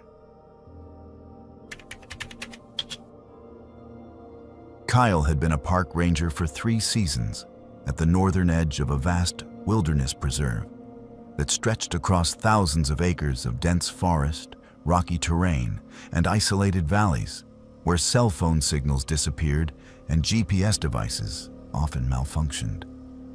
He was not the type to scare easily. He had grown up in rural country north of Toronto, spent his teenage years hunting and fishing with his grandfather, and believed he understood the patterns of nature better than most people. The forest was his workplace, but it had also become something close to home. He preferred the rhythm of the wilderness to the chaos of urban life, and he found peace in the solitude that came with patrolling miles of trail without encountering another human being for days at a time. During late autumn, when the tourist season died down and the trails emptied of hikers and campers, Kyle preferred the solitude even more. The silence of the woods felt cleaner than the noise of civilization. The animals moved differently when humans were not constantly invading their territory, and Kyle enjoyed observing their natural behavior without the interference of crowds. He had always believed that the forest was predictable if someone knew how to read it properly. weather patterns, animal movements, seasonal changes. All of it followed logical rules that made sense to anyone who paid attention. That belief was shattered during his final patrol of the season, an experience so disturbing that Kyle requested a transfer to a different park hundreds of miles away and refused to ever discuss what had happened in detail with anyone, except the investigators who questioned him afterward. It happened during the last week of October. The park was nearly deserted, with only a handful of dedicated hikers and photographers still visiting the remote trails. Kyle was one of only 2 rangers still stationed at the preserve, and his patrol area covered the northern section where the terrain became increasingly difficult and dangerous. The trails there were poorly maintained, and signs warned visitors that they were entering backcountry where rescue operations could take hours or even days if someone got injured or lost. Most people avoided that area entirely, which was exactly why Kyle enjoyed patrolling it. The fog had rolled in thick that afternoon, turning the familiar trails into ghostly corridors where visibility dropped to maybe 15 feet at best. Every sound seemed muffled and distorted, as if the fog itself was absorbing noise and reshaping it into something unnatural. Kyle was finishing his final patrol of the day, planning to head back to his cabin before darkness made navigation impossible, when he noticed something unusual near an unauthorized trailhead that was supposed to be gated and locked. There was a truck parked there, windows fogged over from the inside, doors locked, engine cold, but not completely frozen. The truck looked abandoned, yet something about it felt wrong. Kyle walked around the vehicle, shining his flashlight through the windows, and saw nothing obviously alarming inside. No blood, no signs of struggle, just an empty interior with a jacket thrown across the back seat and an empty coffee cup in the holder. He tried the doors, but they were all locked. Kyle radioed the truck's license plate number to dispatch, but the signal was weak and kept cutting out. After several attempts, he finally got through, and dispatch told him to wait for backup before investigating further. But Kyle could not shake the feeling that something was wrong. The truck's engine was still warm, which meant whoever had driven it there had not been gone long. And the location was bizarre. The trailhead was supposed to be closed, and getting past the gate required either cutting the lock or climbing over it with the vehicle, neither of which seemed likely given that the gate appeared intact. Kyle decided he could not wait for backup. If someone was injured on the trail, every minute could matter. He grabbed his emergency pack, checked his radio one more time, and started down the trail, following a set of fresh boot prints that led into the fog. The boot prints were erratic, zigzagging across the trail like the person who made them had been confused, disoriented, or possibly panicking. They occasionally veered off the path entirely, then returned to it as if the person had gotten lost and corrected course. Kyle followed them for nearly 20 minutes, moving slowly and calling out periodically to announce his presence as a park ranger and ask if anyone needed assistance. The fog grew thicker the deeper he went, until Kyle could barely see 10 feet ahead. His flashlight beam seemed to dissolve into the white void, creating strange shapes and shadows that disappeared when he moved the light to focus on them directly. That was when he first heard the voice. It was faint and distant, barely audible over the sound of his own breathing and footsteps. "Help me. Please help me." The voice sounded desperate, frightened, and unmistakably human. Kyle stopped and shouted back, asking for the person's location and assuring them that he was a park ranger coming to help. But the voice did not respond to his questions. It just kept repeating the same plea over and over, always from a slightly different direction. Kyle quickened his pace, trying to home in on the source of the voice. But every time he thought he was getting closer, The voice seemed to shift and come from somewhere else entirely. After another 10 minutes of following the voice through the fog, Kyle saw a figure stumble out from behind a cluster of trees about 30 feet ahead. It was a man, clothes torn and dirty, face pale and gaunt, moving with the unsteady gait of someone on the verge of collapse. Kyle rushed forward and caught the man just as his legs gave out beneath him. The man was shivering violently, his skin cold and clammy to the touch, his eyes wide and unfocused. Kyle lowered him to the ground carefully and started asking questions. What was his name? How long had he been out here? Was he injured? Was anyone else with him? The man's lips moved, but at first no sound came out. Then, in a hoarse whisper, he said his name was Mark. He had been lost for 3 days. He needed to get out of the forest immediately. When Kyle asked him about the truck at the trailhead, Mark's entire body went rigid. His eyes focused suddenly, locking onto Kyle's face with an intensity that was almost frightening. Mark grabbed Kyle's jacket with surprising strength and pulled him closer. "Do not go further down the trail," he said urgently. "You have to get me out of here now. We have to leave right now." Kyle tried to calm him down, explaining that he needed to assess Mark for injuries before moving him and that an ambulance would need to meet them at the trailhead. But Mark was not listening.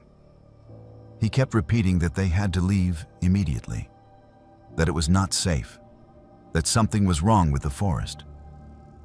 Kyle assumed the man was suffering from hypothermia or dehydration, both of which could cause confusion and irrational behavior. He reached for his radio to call for medical support, and that was when they both heard it. A voice, clear and unmistakable, calling from somewhere deeper in the fog. "Help me, please. I am in the trees. Help me." Kyle froze. The voice sounded exactly like the one he had been following for the past 30 minutes. But he was here now, with the man who had been calling for help. So who was that? Mark's eyes went even wider and he shook his head violently. "Do not answer him," he whispered, his voice trembling. "They are not real. It mimics people. It pretends to be lost. It uses voices to bring you deeper." Kyle stared at him, trying to process what he was hearing. "What do you mean it mimics people? What is it?" But before Mark could answer, his body began to convulse violently. Mark's back arched unnaturally, his head thrown back, his mouth open in a silent scream. Foam appeared at the corners of his lips, and his eyes rolled back until only the whites were visible. Kyle immediately shifted into emergency response mode, trying to stabilize Mark and keep his airway clear while simultaneously attempting to reach dispatch on his radio. But the radio emitted only static now, no matter which channel he tried or how he adjusted the antenna. The fog seemed to press in closer, thicker, until Kyle could barely see 5 feet in any direction. Mark's convulsions stopped as suddenly as they had started. His body went completely limp, and for a terrible moment, Kyle thought he had died. But then Mark's eyes snapped open again, staring straight up at the fog-covered sky, and his mouth moved. Words came out, but they were not in Mark's voice anymore. It was something else, something that sounded like multiple voices layered over each other, speaking in unison but slightly out of sync. The words were incomprehensible, not any language Kyle recognized. Then Mark's head twisted to the side, far beyond what should have been physically possible, rotating almost completely backward until he was staring directly at Kyle despite his body still facing upward. Kyle scrambled backward, his heart hammering so hard he thought it might burst. Mark's face was blank, expressionless, his eyes wide and unblinking. Then, slowly, impossibly, Mark began to stand. But he did not stand the way a human being stands. His body rose from the ground in one fluid motion, as if being lifted by invisible strings, his limbs hanging loosely until he was fully upright. He stood there for several seconds, swaying slightly, his head still twisted at that impossible angle. Kyle's hand went to his service weapon, but he could not bring himself to draw it. This was not a threat he understood, not something he had been trained to handle. Then Mark collapsed, not the way he had risen, but suddenly and completely, like a puppet whose strings had been cut all at once. He hit the ground hard, and this time, Kyle could see immediately that he was dead. There was no breathing, no pulse, no signs of life whatsoever. Kyle finally managed to get his radio working again, and within seconds he was shouting for emergency backup, for medical support, for anyone who could hear him to respond. His voice was shaking, his words tumbling over each other in a rush. He knew he sounded panicked, unprofessional, but he could not help it. Nothing in his training had prepared him for this. The rescue team arrived 45 minutes later, though it felt like hours to Kyle. They brought portable lights and medical equipment, and they immediately went to work examining Mark's body. Kyle watched from several feet away, still shaking, unable to look directly at Mark's twisted form. The paramedics worked quickly and efficiently, but after only a few minutes, they pronounced Mark dead at the scene. They could not identify an immediate cause of death. No obvious wounds, no signs of trauma, no indication of what had killed him. When Kyle gave Mark's description and explained where he had found him, one of the senior rangers pulled him aside. His face had gone pale. "What did you say his name was?" the ranger asked. Kyle repeated that the man had said his name was Mark, that he had been lost for 3 days, and that he had been trying to warn Kyle about something in the forest before he died. The senior ranger was quiet for a long moment, then pulled out his phone and showed Kyle a photograph. "Is this him?" Kyle looked at the photo and felt his stomach drop. It was Mark, unmistakably the same man. But the photo was from a missing persons report filed 6 years earlier. Mark had disappeared while hiking in this exact area, and despite extensive search operations, no trace of him had ever been found. Kyle insisted there had to be a mistake. The man he had found was real, physical, not a ghost or hallucination. The senior ranger did not argue, but he did explain that a search team would be sent out immediately to investigate the area where Kyle had found Mark. If someone had been surviving in the wilderness for 6 years, or if there was evidence of foul play, they needed to know. Kyle was told to return to the ranger station and write a detailed report of everything that had happened. He did as instructed, though his hands shook so badly he could barely type. The search team returned 8 hours later with disturbing news. They had followed the trail Kyle described, using his GPS coordinates and his written directions. But according to their findings, no such trail existed in that area. The coordinates Kyle provided led to a section of forest so dense and overgrown that it was impassable without machetes to clear the way. There were no boot prints, no signs of human passage, no indication that anyone had been there recently. The truck that had been parked at the unauthorized trailhead was traced to a man who had reported it stolen 3 weeks earlier from a parking lot 200 miles away. The truck yielded no forensic evidence connecting it to Mark or to anyone else. The official report concluded that Kyle had found an unidentified individual suffering from severe medical distress, possibly a drifter or homeless person who had been living rough in the forest. The disorientation and confusion Kyle experienced was attributed to the fog, exhaustion, and the stress of the situation. Mark's true identity was never definitively established, though dental records eventually suggested he might have been the missing hiker from 6 years earlier. How he had survived that long, where he had been, and what had happened to him remained complete mysteries. The cause of death was listed as undetermined pending further investigation, but no further investigation ever took place. Kyle knows what he saw. He knows what he heard. And he knows that Mark tried to warn him about something before he died. The locals who live near that forest have their own explanations. Stories passed down through generations about things that live in the deep woods. They talk about mimics, entities that can copy human voices and appearances, that build false trails and lure people deeper into the wilderness, where they can never find their way out. They say the fog is when the mimics are most active, when the boundary between the real world and whatever exists in the deepest parts of the forest becomes thin. Kyle does not patrol that area anymore. He requested and received a transfer to a different park in a different state, somewhere with shorter trees, less fog, and trails that stay exactly where they are supposed to be. But even there, in his new posting hundreds of miles away, Kyle sometimes hears a voice at night when he is alone in his cabin. It comes from just past the tree line, faint and distant, calling for help.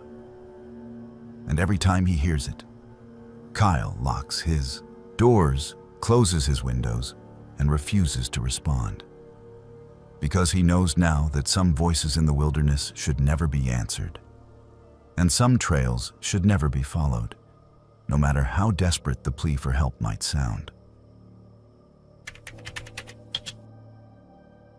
Tom worked as a park ranger at a sprawling national park known for its dense old-growth forests, rugged mountain terrain, and hundreds of miles of backcountry trails that attracted serious hikers and wilderness enthusiasts from across the country. The park was remote enough that cell phone coverage was non-existent in most areas, and the nearest town with a hospital was over an hour's drive from the main ranger station. Tom had been working there for 2 years, and he had come to appreciate the isolation and self-sufficiency that the job required. He bunked at the staff quarters, a cluster of small cabins situated about 3 miles from the main visitor center, along with several other rangers who rotated through different patrol schedules throughout the season. The work was mostly routine during the off-season, when tourist numbers dropped dramatically.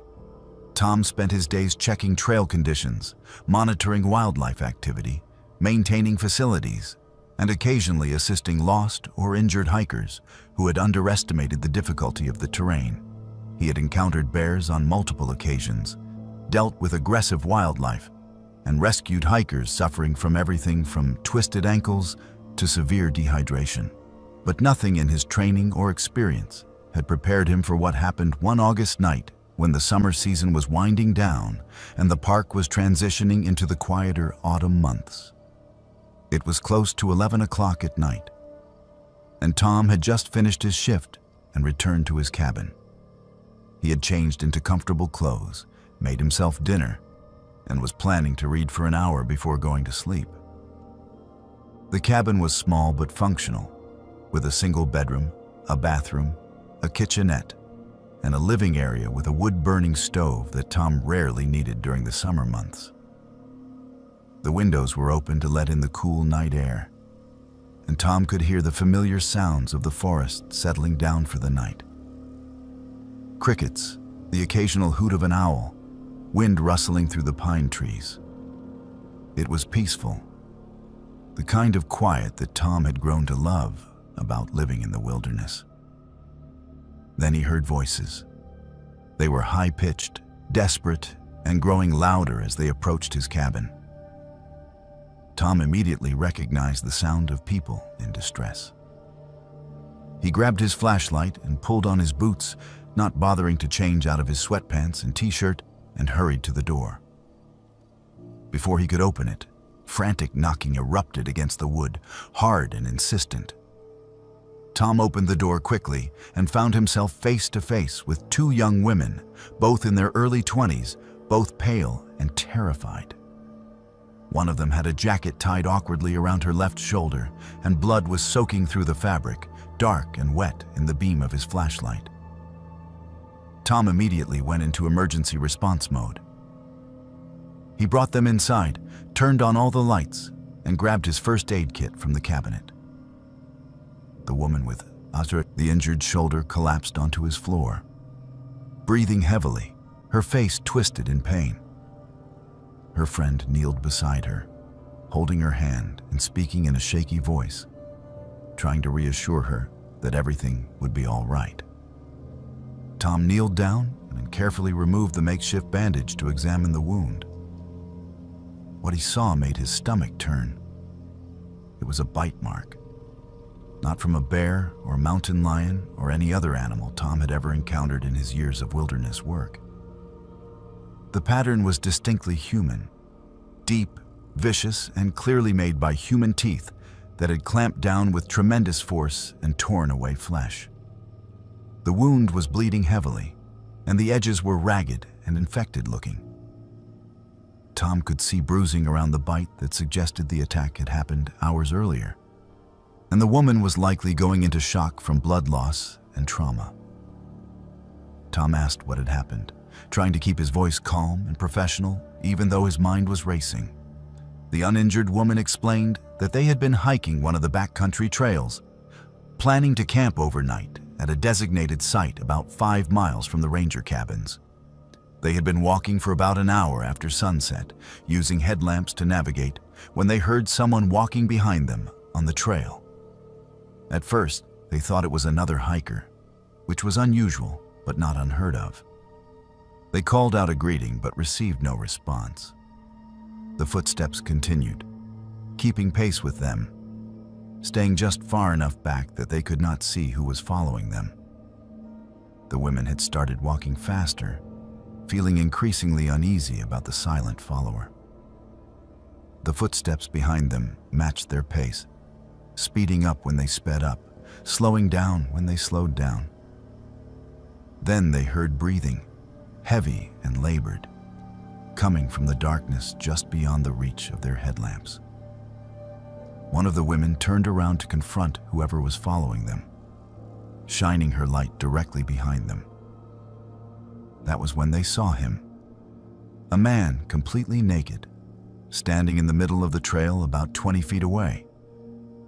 His skin was filthy, covered in dirt and what looked like dried blood. His hair was long and matted, hanging down past his shoulders, and he was smiling at them. Before either woman could react, the man charged. He moved with shocking speed, closing the distance between them in seconds. He tackled the woman who had turned to look at him, knocking her to the ground hard enough to knock the wind out of her. Then he bit down on her shoulder, his teeth sinking deep into her flesh. She screamed and tried to fight him off, but he was strong, far stronger than his emaciated frame suggested he should be.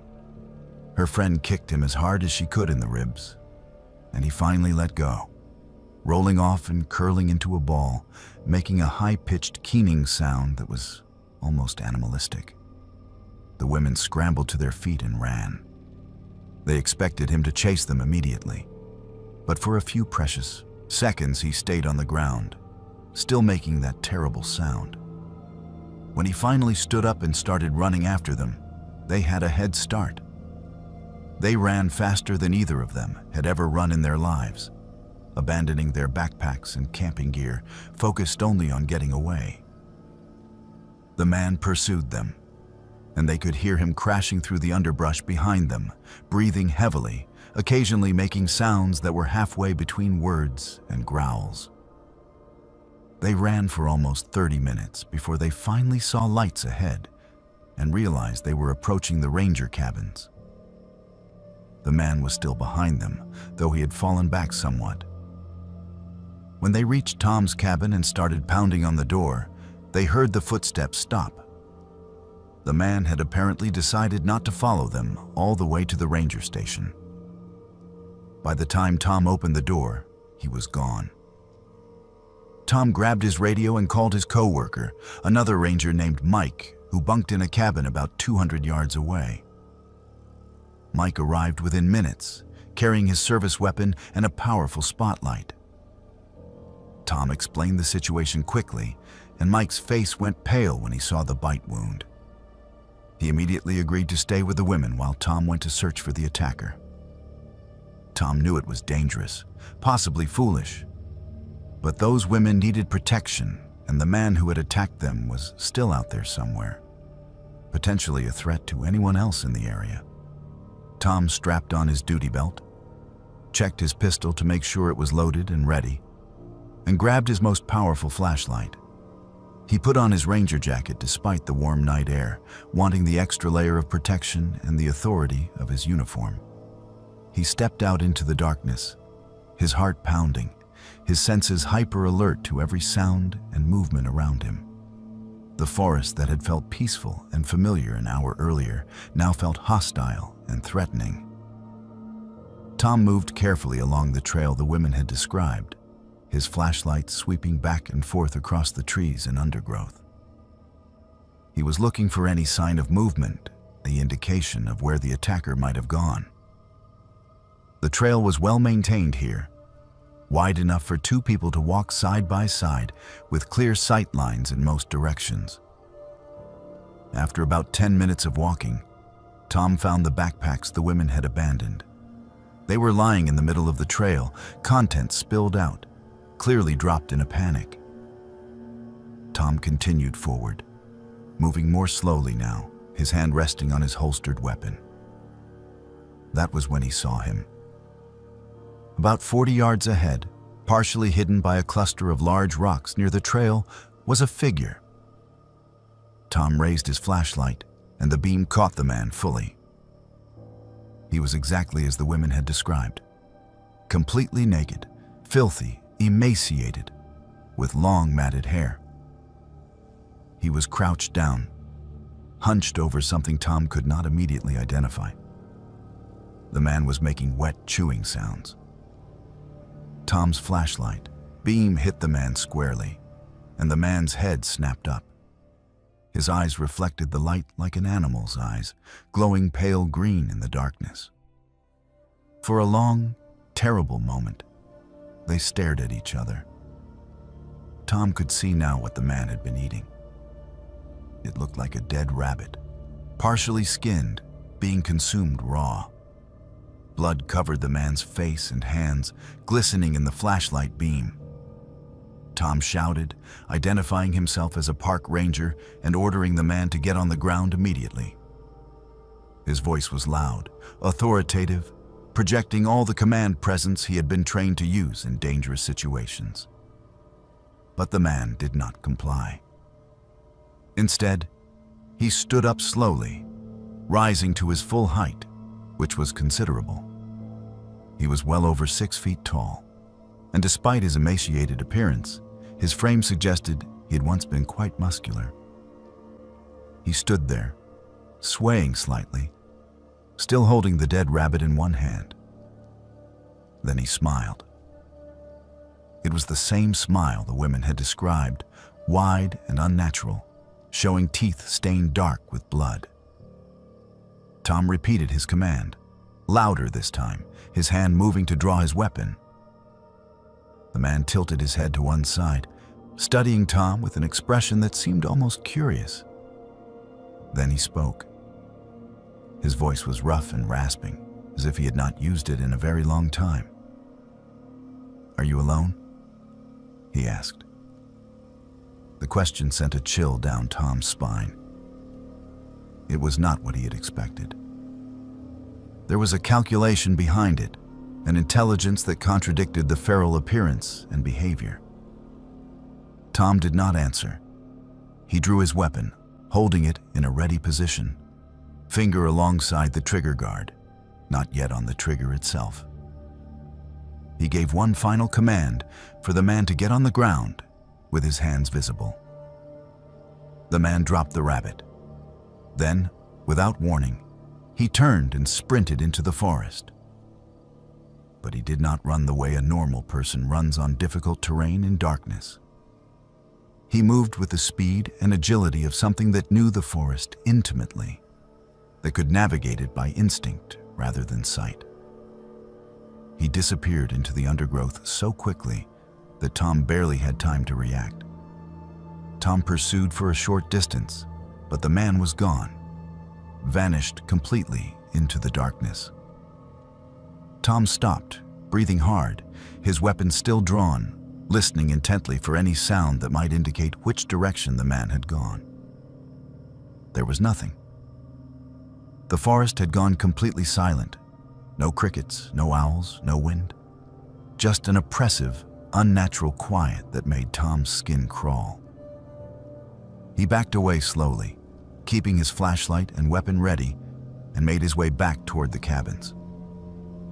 He radioed for law enforcement backup, providing as much detail as he could about the encounter and the direction the man had fled. Then he returned to his cabin, where Mike was still standing guard over the two women. The injured woman had been given first aid, and Mike had managed to slow the bleeding, but she clearly needed proper medical attention. Tom radioed for an ambulance, which arrived 20 minutes later along with 2 sheriff's deputies. The woman was transported to the hospital, where she received treatment for the bite wound and was given a series of vaccinations as a precaution against infection. Her friend was interviewed extensively by the deputies, and both women provided detailed statements about what had happened. Law enforcement officers and additional park rangers conducted an extensive search of the area over the next 48 hours. They brought tracking dogs, thermal imaging equipment, and dozens of personnel to comb through the forest. What they found was deeply disturbing. About 2 miles from where Tom had encountered the naked man, searchers discovered evidence of a long-term camp. It was well hidden in a natural depression surrounded by thick undergrowth, nearly invisible unless someone knew exactly where to look. The camp contained disturbing evidence of prolonged habitation. There were bones scattered around a fire pit, some clearly animal, but others that required forensic analysis to identify. There were remnants of clothing, tools made from sharpened stones and animal bones, and carvings on nearby trees that seemed to mark territory or perhaps serve some other purpose investigators could not determine. Most disturbing of all, they found items that had clearly been taken from hikers. Backpacks, wallets, identification cards, cameras. Some of the items were recent, but others dated back years.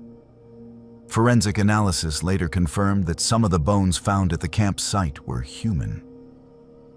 DNA testing identified remains from at least 3 individuals, all of whom had been reported missing while hiking in the park over the previous 6 years. The investigation expanded dramatically, becoming a multi-agency effort involving the FBI and state police. But despite the extensive manhunt, the naked man was never found. He had disappeared into the vast wilderness of the national park, and if he was still there, he knew how to avoid detection. Tom continued working as a ranger, but he transferred to a different section of the park, one with higher visitor traffic and more regular patrols. He never worked alone in remote areas again, always insisting on having a partner for backcountry patrols. The 2 women recovered physically, though both required extensive counseling for post-traumatic stress. The woman who had been bitten still bears the scars on her shoulder, a permanent reminder of how close she came to becoming another missing person statistic. Tom thinks about that night often. He thinks about the question the man asked him. "Are you alone?" It suggests planning, calculation, predatory behavior that goes beyond simple madness or survival instinct. It suggests that the man was evaluating Tom as potential prey, weighing the risks, deciding whether to attack or flee. Tom knows how lucky he was that the man chose to flee. He also knows that somewhere in that vast forest, in the places where maps end and trails disappear, there are predators far more dangerous than any bear or mountain lion. And some of them walk on 2 legs, smile with human teeth, and ask questions before they decide whether to kill. May worked as a park ranger at a sprawling wilderness reserve, known primarily for its extensive cave systems that attracted spelunkers and adventure seekers from across the region. The caves ranged from simple tourist-friendly chambers with guided tours to dangerous technical systems that required specialized equipment and training to navigate safely. Search and rescue operations were a regular part of May's job, though most incidents were relatively routine. Twisted ankles from hikers who underestimated the terrain, cases of dehydration during summer months, occasional broken bones from falls. May had been trained for cave rescue specifically, completing a rigorous certification program that covered rope work, confined space operations, and emergency medical response in underground environments. But despite all her training, she had never been called for anything truly serious. That changed one afternoon in early autumn. It was a Tuesday, typically one of the quieter days of the week, when a frantic hiker burst through the doors of the ranger station. He was out of breath, sweating heavily despite the cool temperature, and clearly in a state of panic. He identified himself as Balint and explained between gasps that 2 people had gone missing inside one of the park's most dangerous cave systems. Balint said he and his friend Mark had been hiking near the entrance to a cave that was officially closed to the public due to safety concerns.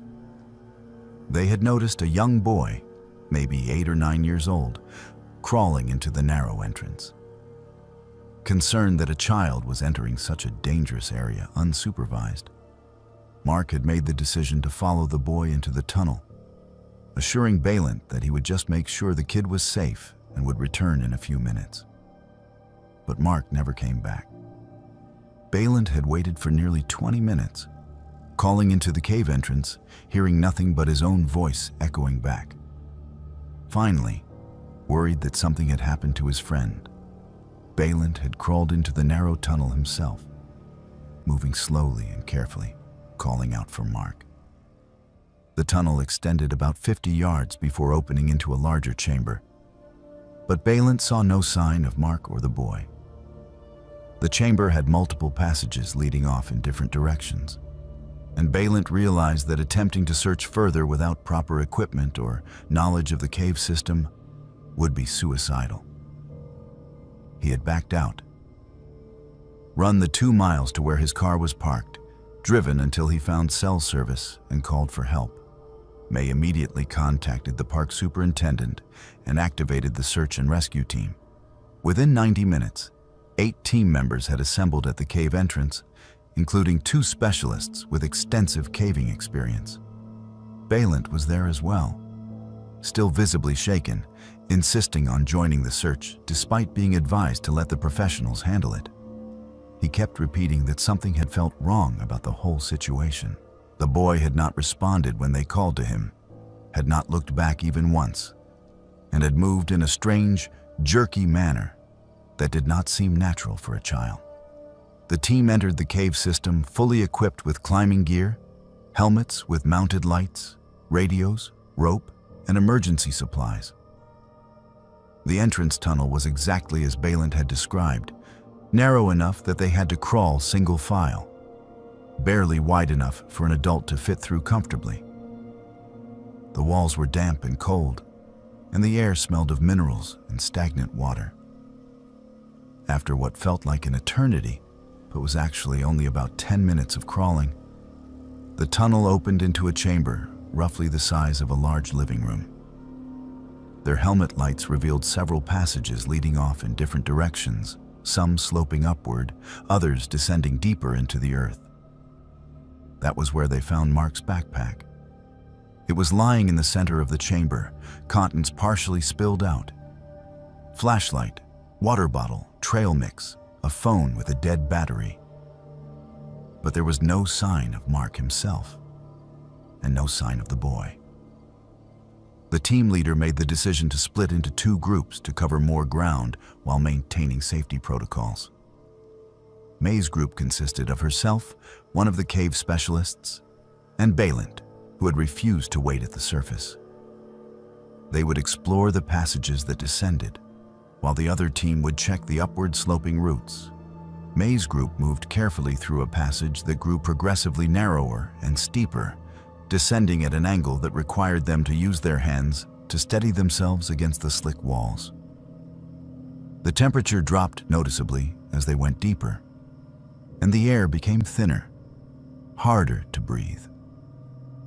The only sounds were their own breathing, the scrape of their boots against stone, and the occasional drip of water echoing from somewhere in the darkness beyond their lights. They had been descending for approximately 20 minutes when May heard something that made her blood run cold. It was a child's voice, faint and distant, calling for help. The voice seemed to be coming from somewhere below them, deeper in the cave system. May radioed the other team to report what they were hearing, and after a brief discussion, her team was given authorization to continue following the sound, while the other team maintained their current position as a safety anchor. They moved forward through a particularly tight passage that required them to turn sideways to fit through, their helmet lights casting strange shadows on the striated rock walls. The passage eventually opened into a massive cavern, far larger than any chamber they had encountered so far. Their lights could not reach the ceiling or the far walls. The space felt vast and ancient, as if they had descended into some primordial void that existed outside normal reality. And standing in the center of that vast darkness, barely visible in the beam of their helmet lights, was Mark. He was standing completely still, facing away from them, his posture rigid and unnatural. May called his name, her voice echoing strangely in the enormous space. Mark did not respond. The team approached cautiously, calling out to him repeatedly, asking if he was injured, if he could hear them. As they got closer, May could see that Mark's clothes were torn and filthy, and his hands were covered in blood. Deep scratches and abrasions covered his fingers and palms, as if he had been clawing desperately at the cave walls. When they finally reached him, and the cave specialist reached out to touch his shoulder, May shone her light on Mark's face and saw something that would haunt her for the rest of her life. Mark's eyes were open, but they were completely white. Not closed, not rolled back, but simply white, as if his pupils and irises had disappeared entirely. His mouth hung open slack, and a low whispering sound was coming from his throat. The whispers were not words, not in any language May recognized, but they were rhythmic and deliberate, as if Mark was reciting something. The cave specialist pulled his hand back immediately, and that was when Mark screamed. It was not a human sound. It was high-pitched and piercing, echoing through the cavern with such intensity that May felt it vibrating in her chest. The scream went on and on, impossibly long, as if Mark did not need to breathe. Then he collapsed. His body went rigid and he fell straight backward, hitting the stone floor hard. The team immediately went into emergency medical response mode. The cave specialist checked for a pulse and found one, weak and irregular. Mark's skin was ice cold despite the physical exertion of whatever he had been through. He was breathing, but barely, and his body was completely unresponsive to any stimuli. May radioed for an emergency extraction team while the cave specialist and Balint began the difficult process of preparing Mark for transport. Moving an unconscious person through narrow cave passages is extraordinarily dangerous, but leaving him there was not an option. They fashioned a makeshift stretcher using rope and emergency blankets, secured Mark as safely as possible, and began the arduous journey back to the surface. It took over 3 hours to navigate back through the passages, moving inch by inch, carefully maneuvering the stretcher through tight spaces, constantly monitoring Mark's vital signs. By the time they emerged from the cave entrance, it was fully dark outside. An ambulance was waiting, and paramedics immediately took over Mark's care. He was still unconscious, still unresponsive, his body temperature dangerously low, despite being wrapped in thermal blankets. He was airlifted to a regional hospital with a specialized trauma unit, where doctors worked frantically to stabilize him. May provided a detailed report of everything they had found, but she deliberately left out the detail about Mark's eyes. She did not know how to explain it, and she was not sure anyone would believe her anyway. Mark remained in a comatose state for 3 weeks. During that time, May and the other team members were interviewed repeatedly by park officials and law enforcement. The cave system was extensively searched by professional spelunkers and rescue teams, but no trace of the young boy was ever found. No lost child had been reported in the area. No families had contacted authorities about a missing son. It was as if the boy had never existed at all, except that both Baylant and Mark had seen him, and Mark had followed him into the cave.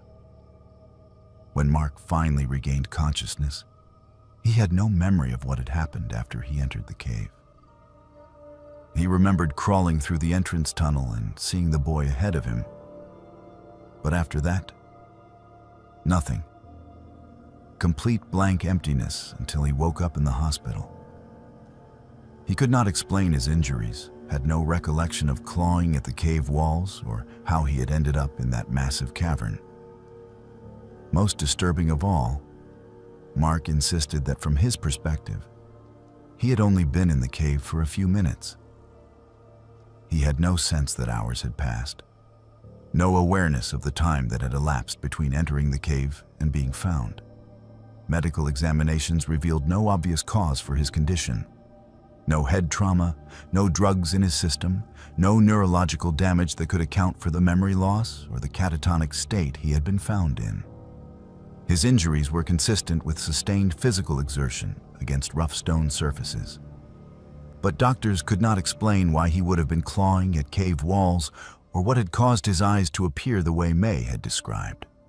The official report concluded that Mark had likely experienced a severe panic attack and psychological break triggered by getting lost in an unfamiliar cave system, combined with possible carbon dioxide buildup in poorly ventilated passages. May left the Park Service 6 months after the incident. She completed her remaining contract obligations, but she could not continue working in that environment. Every time she saw a cave entrance, she thought about that massive cavern and the sound of Mark's inhuman scream echoing through the darkness. She had nightmares about it regularly, dreams where she was back in that cavern and heard the child's voice calling for help.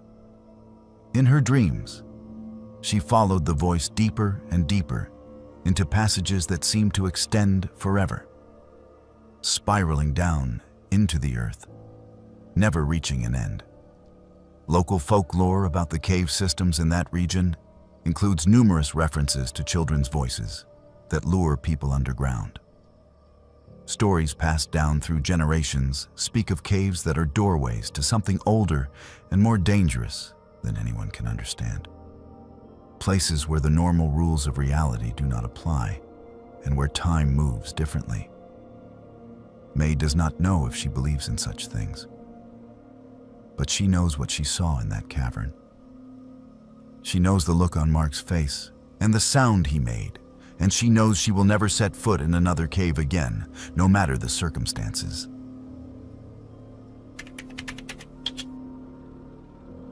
Mike had been a park ranger for nearly 15 years, most of that time spent in remote wilderness areas where he could go days without seeing another human being. The solitude suited him perfectly. He had always been more comfortable in nature than in cities, more at ease with the rhythms of the forest than with the noise and chaos of modern life. Mike believed that the wilderness was where he truly belonged, where he felt most at peace with himself and the world. But that sense of peace was completely shattered during his final season as a ranger, an experience so profoundly disturbing that Mike left the profession entirely, moved to a different state, and refused to discuss what had happened with anyone except a therapist he eventually consulted years later. The incident occurred during the last week of October. The park was nearly empty, the tourist season long finished, and Mike was one of only 3 rangers still stationed at the remote outpost that served as the base for monitoring the northern section of the preserve. He was conducting a routine patrol of a trail that wound through particularly dense forest when he noticed something unusual. There was a clearing in the woods that Mike had never seen before, despite having walked this trail dozens of times over the years. The clearing was perfectly circular, approximately 20 feet in diameter, and the ground inside the circle was completely bare. No grass, no leaves, no undergrowth. Just dark soil that looked as if it had been freshly turned. What made it even stranger was that there was no obvious explanation for the clearing. It did not look like it had been burned. There was no smell of smoke and no charring on the surrounding trees. It did not look like it had been cleared by machinery. There were no tire tracks or tool marks. It simply existed. A perfect circle of bare earth in the middle of dense forest. Mike took photographs, marked the location on his GPS unit, and radioed a report to the park superintendent. He was told that someone would come out to investigate within the next few days, and that he should continue his patrol. That night, back at his cabin, Mike heard a voice outside. It started as barely more than a whisper, so faint that at first Mike thought he was imagining it. But as the evening progressed and darkness fell completely, the voice grew gradually louder and more distinct. It was calling his name, not shouting, but speaking it clearly and deliberately, over and over. Mike grabbed his flashlight and stepped outside, scanning the tree line with the beam. There was nothing there. No movement, no signs of anyone hiding in the woods. He called out, identifying himself as a ranger and asking who was there. The voice did not answer his question. It just continued calling his name. Mike went back inside and locked the door, telling himself it was probably just exhaustion playing tricks on him after a long day. But the voice did not stop. It continued throughout the entire night, sometimes whispering, sometimes speaking at normal volume, always calling his name. The voice seemed to come from different directions, sometimes from the woods behind the cabin, sometimes from the side, occasionally from directly in front of the door. Mike did not sleep at all that night. He sat in his living room with all the lights on, his service weapon on the table in front of him, listening to the voice call to him until the sun finally rose and it stopped.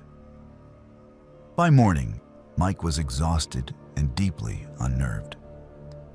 He reported the incident to the park superintendent, who suggested that it might have been other rangers playing a prank, though Mike was certain it was not. The voice had sounded wrong somehow, not quite natural, with an odd resonance that made it difficult to pinpoint the exact location it was coming from. The superintendent also suggested that the terrain might be creating unusual echo effects, distorting sounds from far away and making them seem closer. Mike did not argue, but he knew what he had heard was not an echo. Over the next week, the voice became a constant presence in Mike's life. It followed him on patrols, calling to him from the forest. It whispered outside his cabin every night, making sleep nearly impossible. Mike began experiencing other disturbing phenomena as well. Equipment would go missing from his cabin and then reappear hours later in places Mike had already searched multiple times. His GPS unit would malfunction in areas where he had never had signal problems before.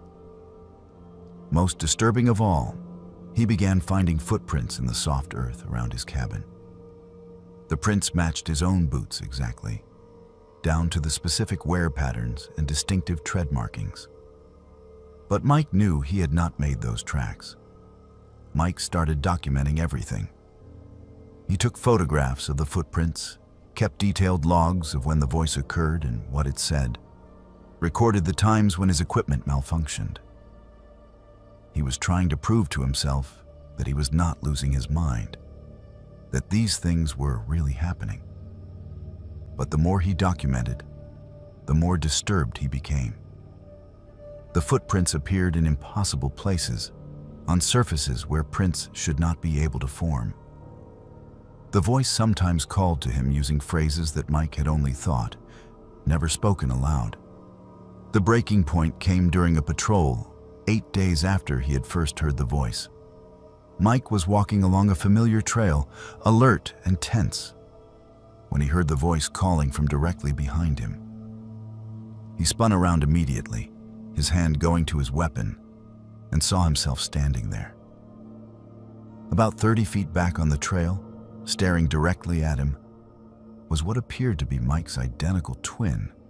Same height, same build, wearing the exact same ranger uniform, even the same equipment belt. But the expression on the doppelganger's face was completely blank, emotionless, like a mannequin that had been made to look human, but had never actually been alive. Mike drew his weapon and shouted at the figure to identify itself, his voice shaking despite his efforts to sound authoritative. The doppelganger did not respond.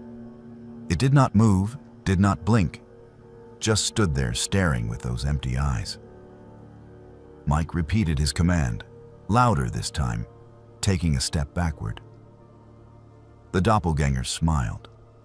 It was a slow, deliberate smile that spread across its face, like something that had learned the expression by watching but did not understand what it meant. Then it turned and walked off the trail into the forest, moving with a strange, jerky gait that did not look quite natural.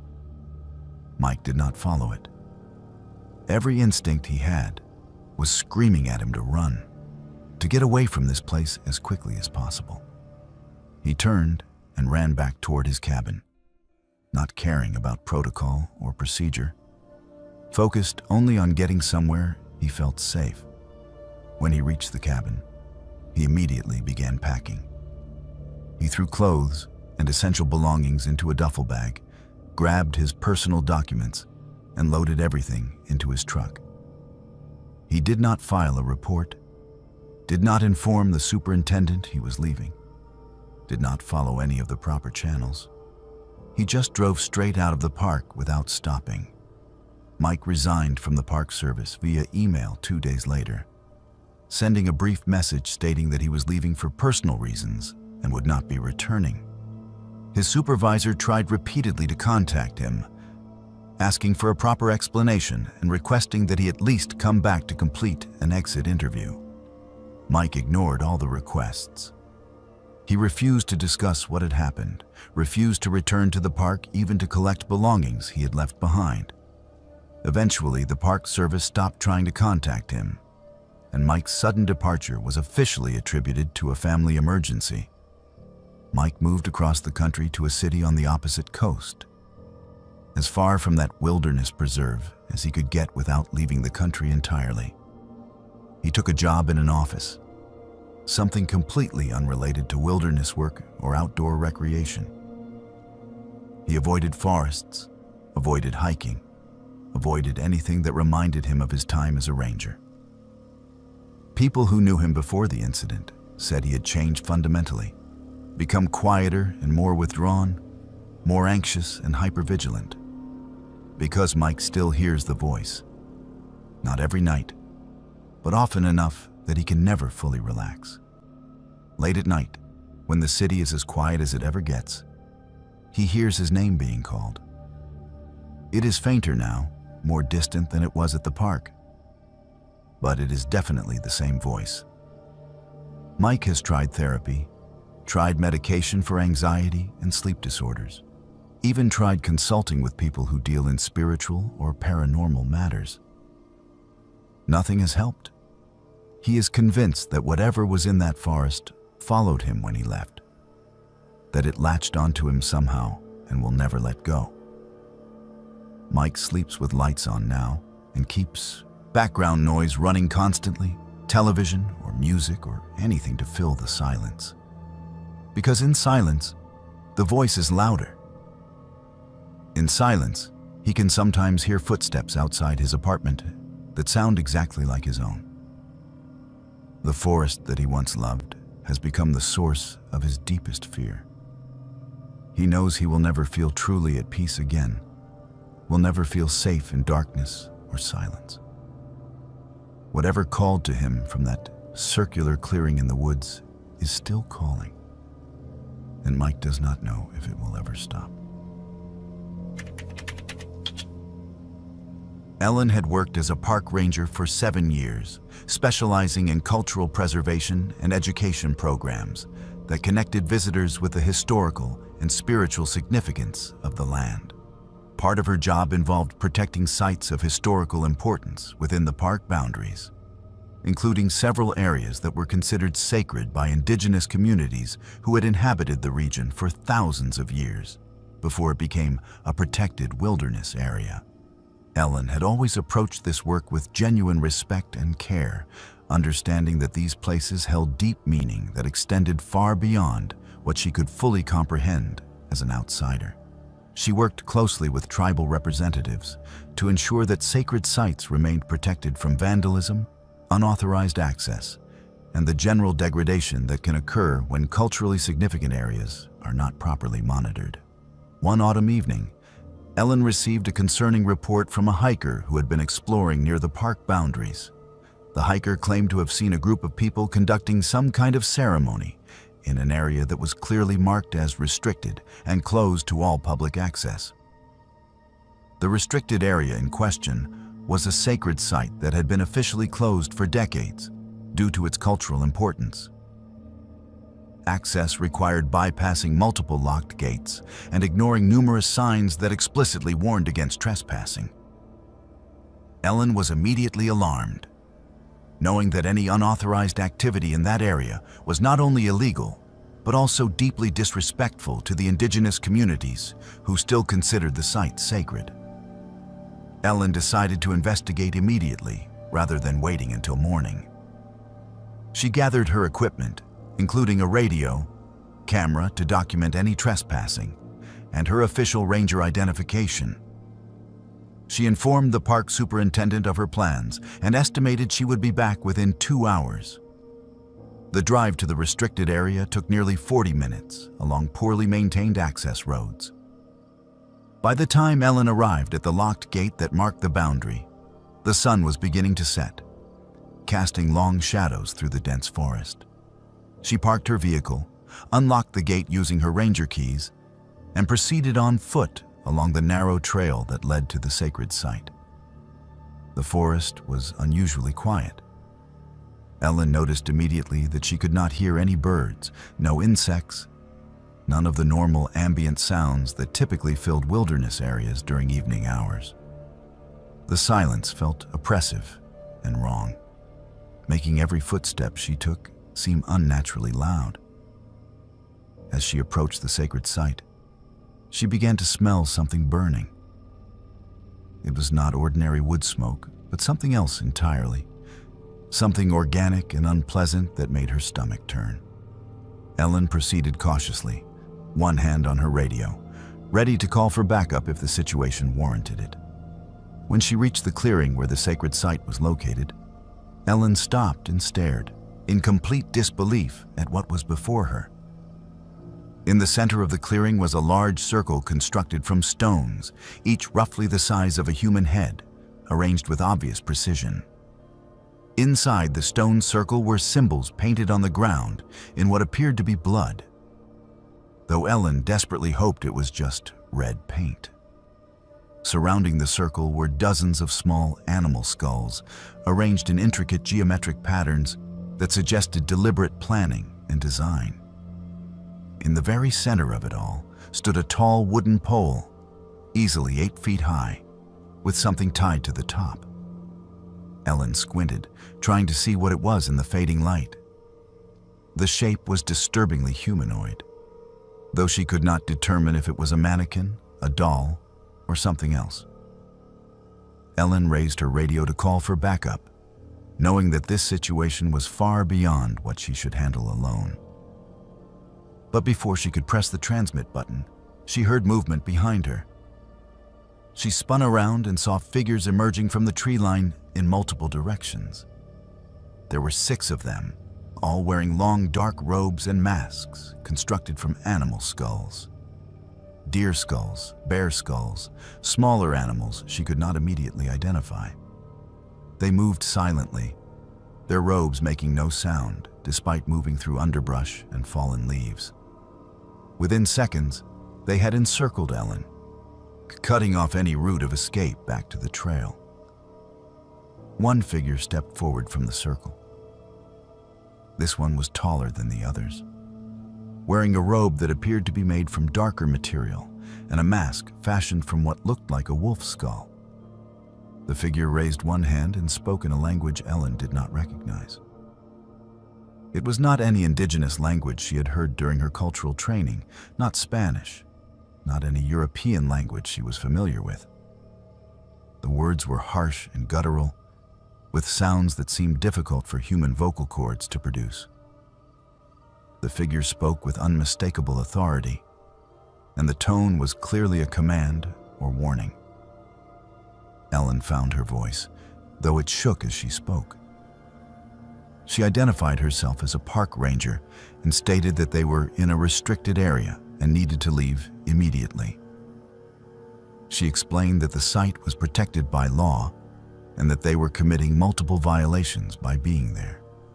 The tall figure did not respond to her words. Instead, it gestured toward the stone circle and spoke again in that unknown language. The other figures began to chant in response, a low rhythmic sound that seemed to vibrate through the ground itself. Ellen could feel it in her chest, in her bones, a frequency that felt wrong on some fundamental level. Ellen tried to use her radio again, pressing the transmit button and speaking urgently into it, requesting immediate backup and providing her location. But the radio emitted only static, no matter which channel she tried or how she adjusted it. The tall figure stepped closer to Ellen, close enough that she could smell the musty odor of the robe and see details of the wolf skull mask. The figure reached up slowly and removed the mask, revealing the face of an elderly man beneath. His skin was deeply weathered and lined with age, his hair completely white, his eyes cold and calculating as they studied her. The man spoke to Ellen in English this time, his voice quiet but carrying clearly despite the chanting that continued around them. He told her that she had no understanding of what she had stumbled upon, that some places were not meant for outsiders regardless of their official authority or good intentions. He explained that the land remembered things that predated her culture's claim to it, that there were obligations older than the government that employed her. He said that if Ellen reported what she had seen, there would be consequences. Not threats against her personally, he clarified, but consequences for the balance that they were working to maintain. Then, as suddenly as they had appeared, the figures dispersed back into the forest in different directions, vanishing into the darkness between the trees. Ellen was left alone in the clearing, her heart pounding, her hands shaking as she tried once again to use her radio. This time it worked, connecting her immediately to dispatch. She requested backup urgently, reporting unauthorized activity at the sacred site. Within 10 minutes, she heard vehicles approaching along the access road. Rangers and law enforcement officers arrived with lights and emergency equipment, prepared for a confrontation with trespassers. But when they entered the clearing with Ellen, it was completely empty. The stone circle was gone. The symbols, the skulls, the wooden pole, all of it had vanished. The ground showed no evidence that anything had been there at all. No disturbed earth where stones had been placed. No residue from the blood or paint used for the symbols. No impressions where the skulls had rested. The clearing looked exactly as it should have looked, undisturbed and protected. Ellen was questioned extensively. Her colleagues believed that she had seen something. Her distress and fear were genuine. But the complete absence of physical evidence made it impossible to pursue an investigation. Inquiries with local indigenous leaders turned up nothing useful. The tribal representatives Ellen had worked with for years expressed concern about the incident, but said they had no knowledge of any groups conducting unauthorized ceremonies at the site. They suggested that there were always people who misappropriated indigenous spirituality for their own purposes, mixing genuine traditions with invented rituals in ways that were disrespectful to actual cultural practices. Ellen continued working as a ranger, but she never returned to that section of the park. She requested that her duties be reassigned to areas that did not include monitoring the restricted sacred sites. She began researching historical records and folklore, discovering numerous references to secretive groups that allegedly practiced ancient rituals in remote wilderness areas. Most academics dismissed these references as legend or sensationalized accounts. But Ellen was no longer certain. She knows what she saw. She knows the warning she received was genuine. To this day, Ellen avoids working alone in remote areas of the park. And she has come to understand that there are forces in the wilderness that exist beyond official recognition, operating according to rules that predate modern law and authority. Kay had been a park ranger for 3 years, working primarily in search and rescue operations during the busy summer season, when the park saw tens of thousands of visitors. She was known among her colleagues for remaining calm under pressure and her ability to handle difficult medical emergencies in remote locations where professional medical help could be hours away. During her time as a ranger, Kay had dealt with everything from heat exhaustion and dehydration to broken bones, heart attacks, and severe allergic reactions. She had seen people in extreme distress, witnessed traumatic injuries, and handled situations that would have overwhelmed someone without her training and temperament. But nothing in her experience had prepared her for what happened one afternoon in late July. Kay received an emergency call on her radio from hikers on one of the park's most popular trails. A man had been found wandering near the trail in obvious medical distress. He was severely injured, incoherent, and needed immediate assistance. Kay grabbed her medical kit and emergency supplies, radioed her location and destination to dispatch, and drove as quickly as she could along the access road that led to the trailhead. When she arrived approximately 15 minutes later, she found 2 hikers standing over a man who was lying on the ground in the shade of a large pine tree. The man was convulsing, his body jerking violently, foam visible at the corners of his mouth. Kay's training took over immediately.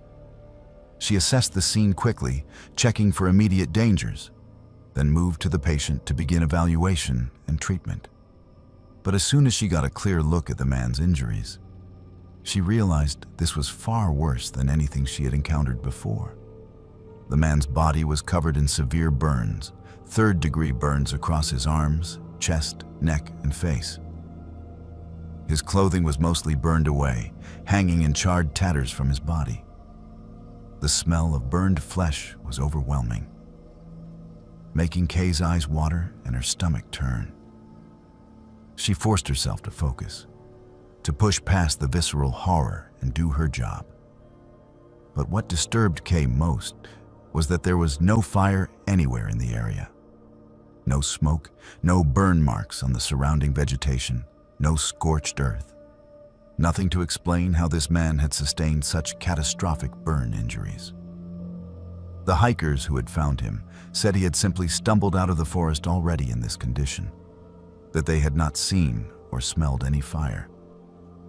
Kay immediately radioed for an air ambulance, knowing that the man needed to reach a hospital as quickly as possible if he had any chance of survival. She also called for additional rangers to assist, and to begin an investigation of the surrounding area to determine what had happened.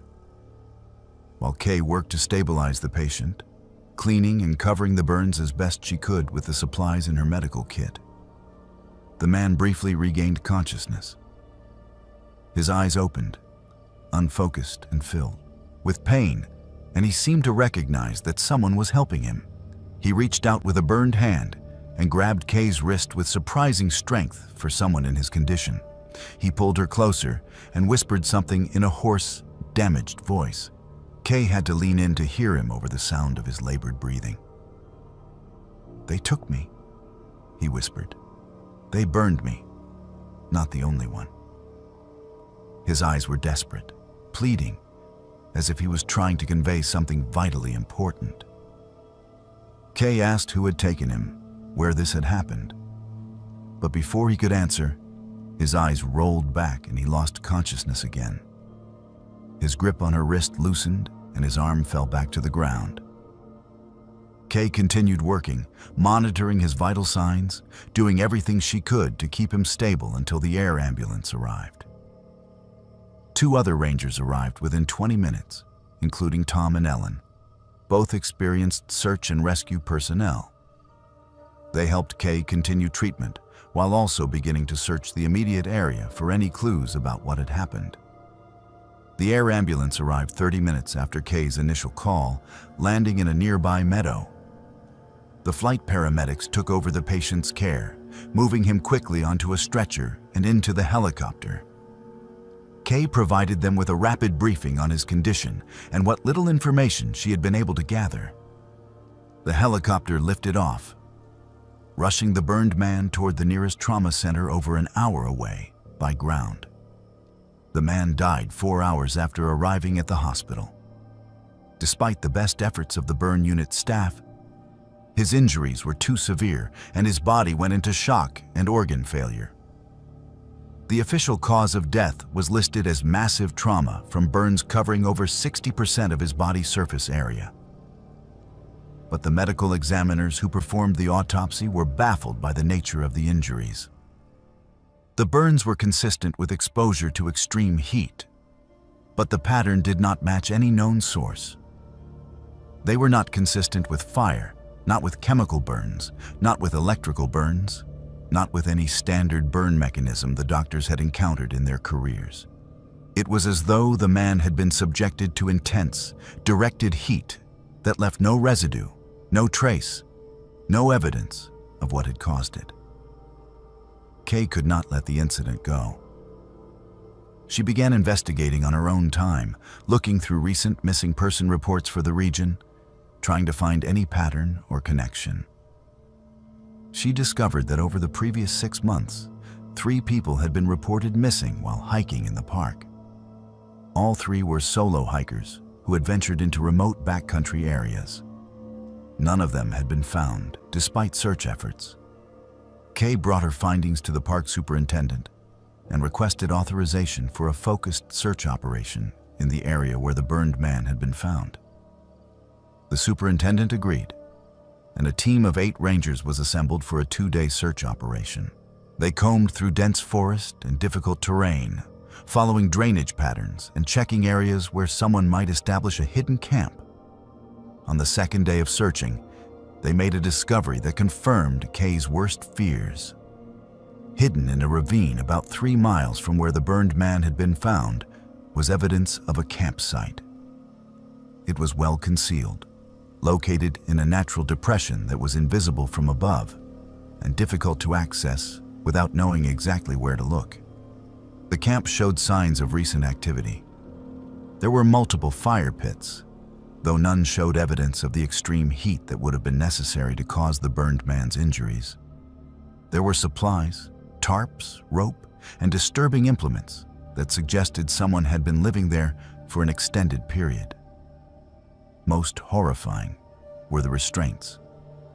Ropes tied to trees in configurations that were clearly designed to hold a person immobile, and in shallow graves nearby, partially concealed with branches and leaves, they found human remains. Law enforcement was called immediately, and the area was secured as a crime scene. Forensic teams spent days processing the site, documenting everything, collecting evidence.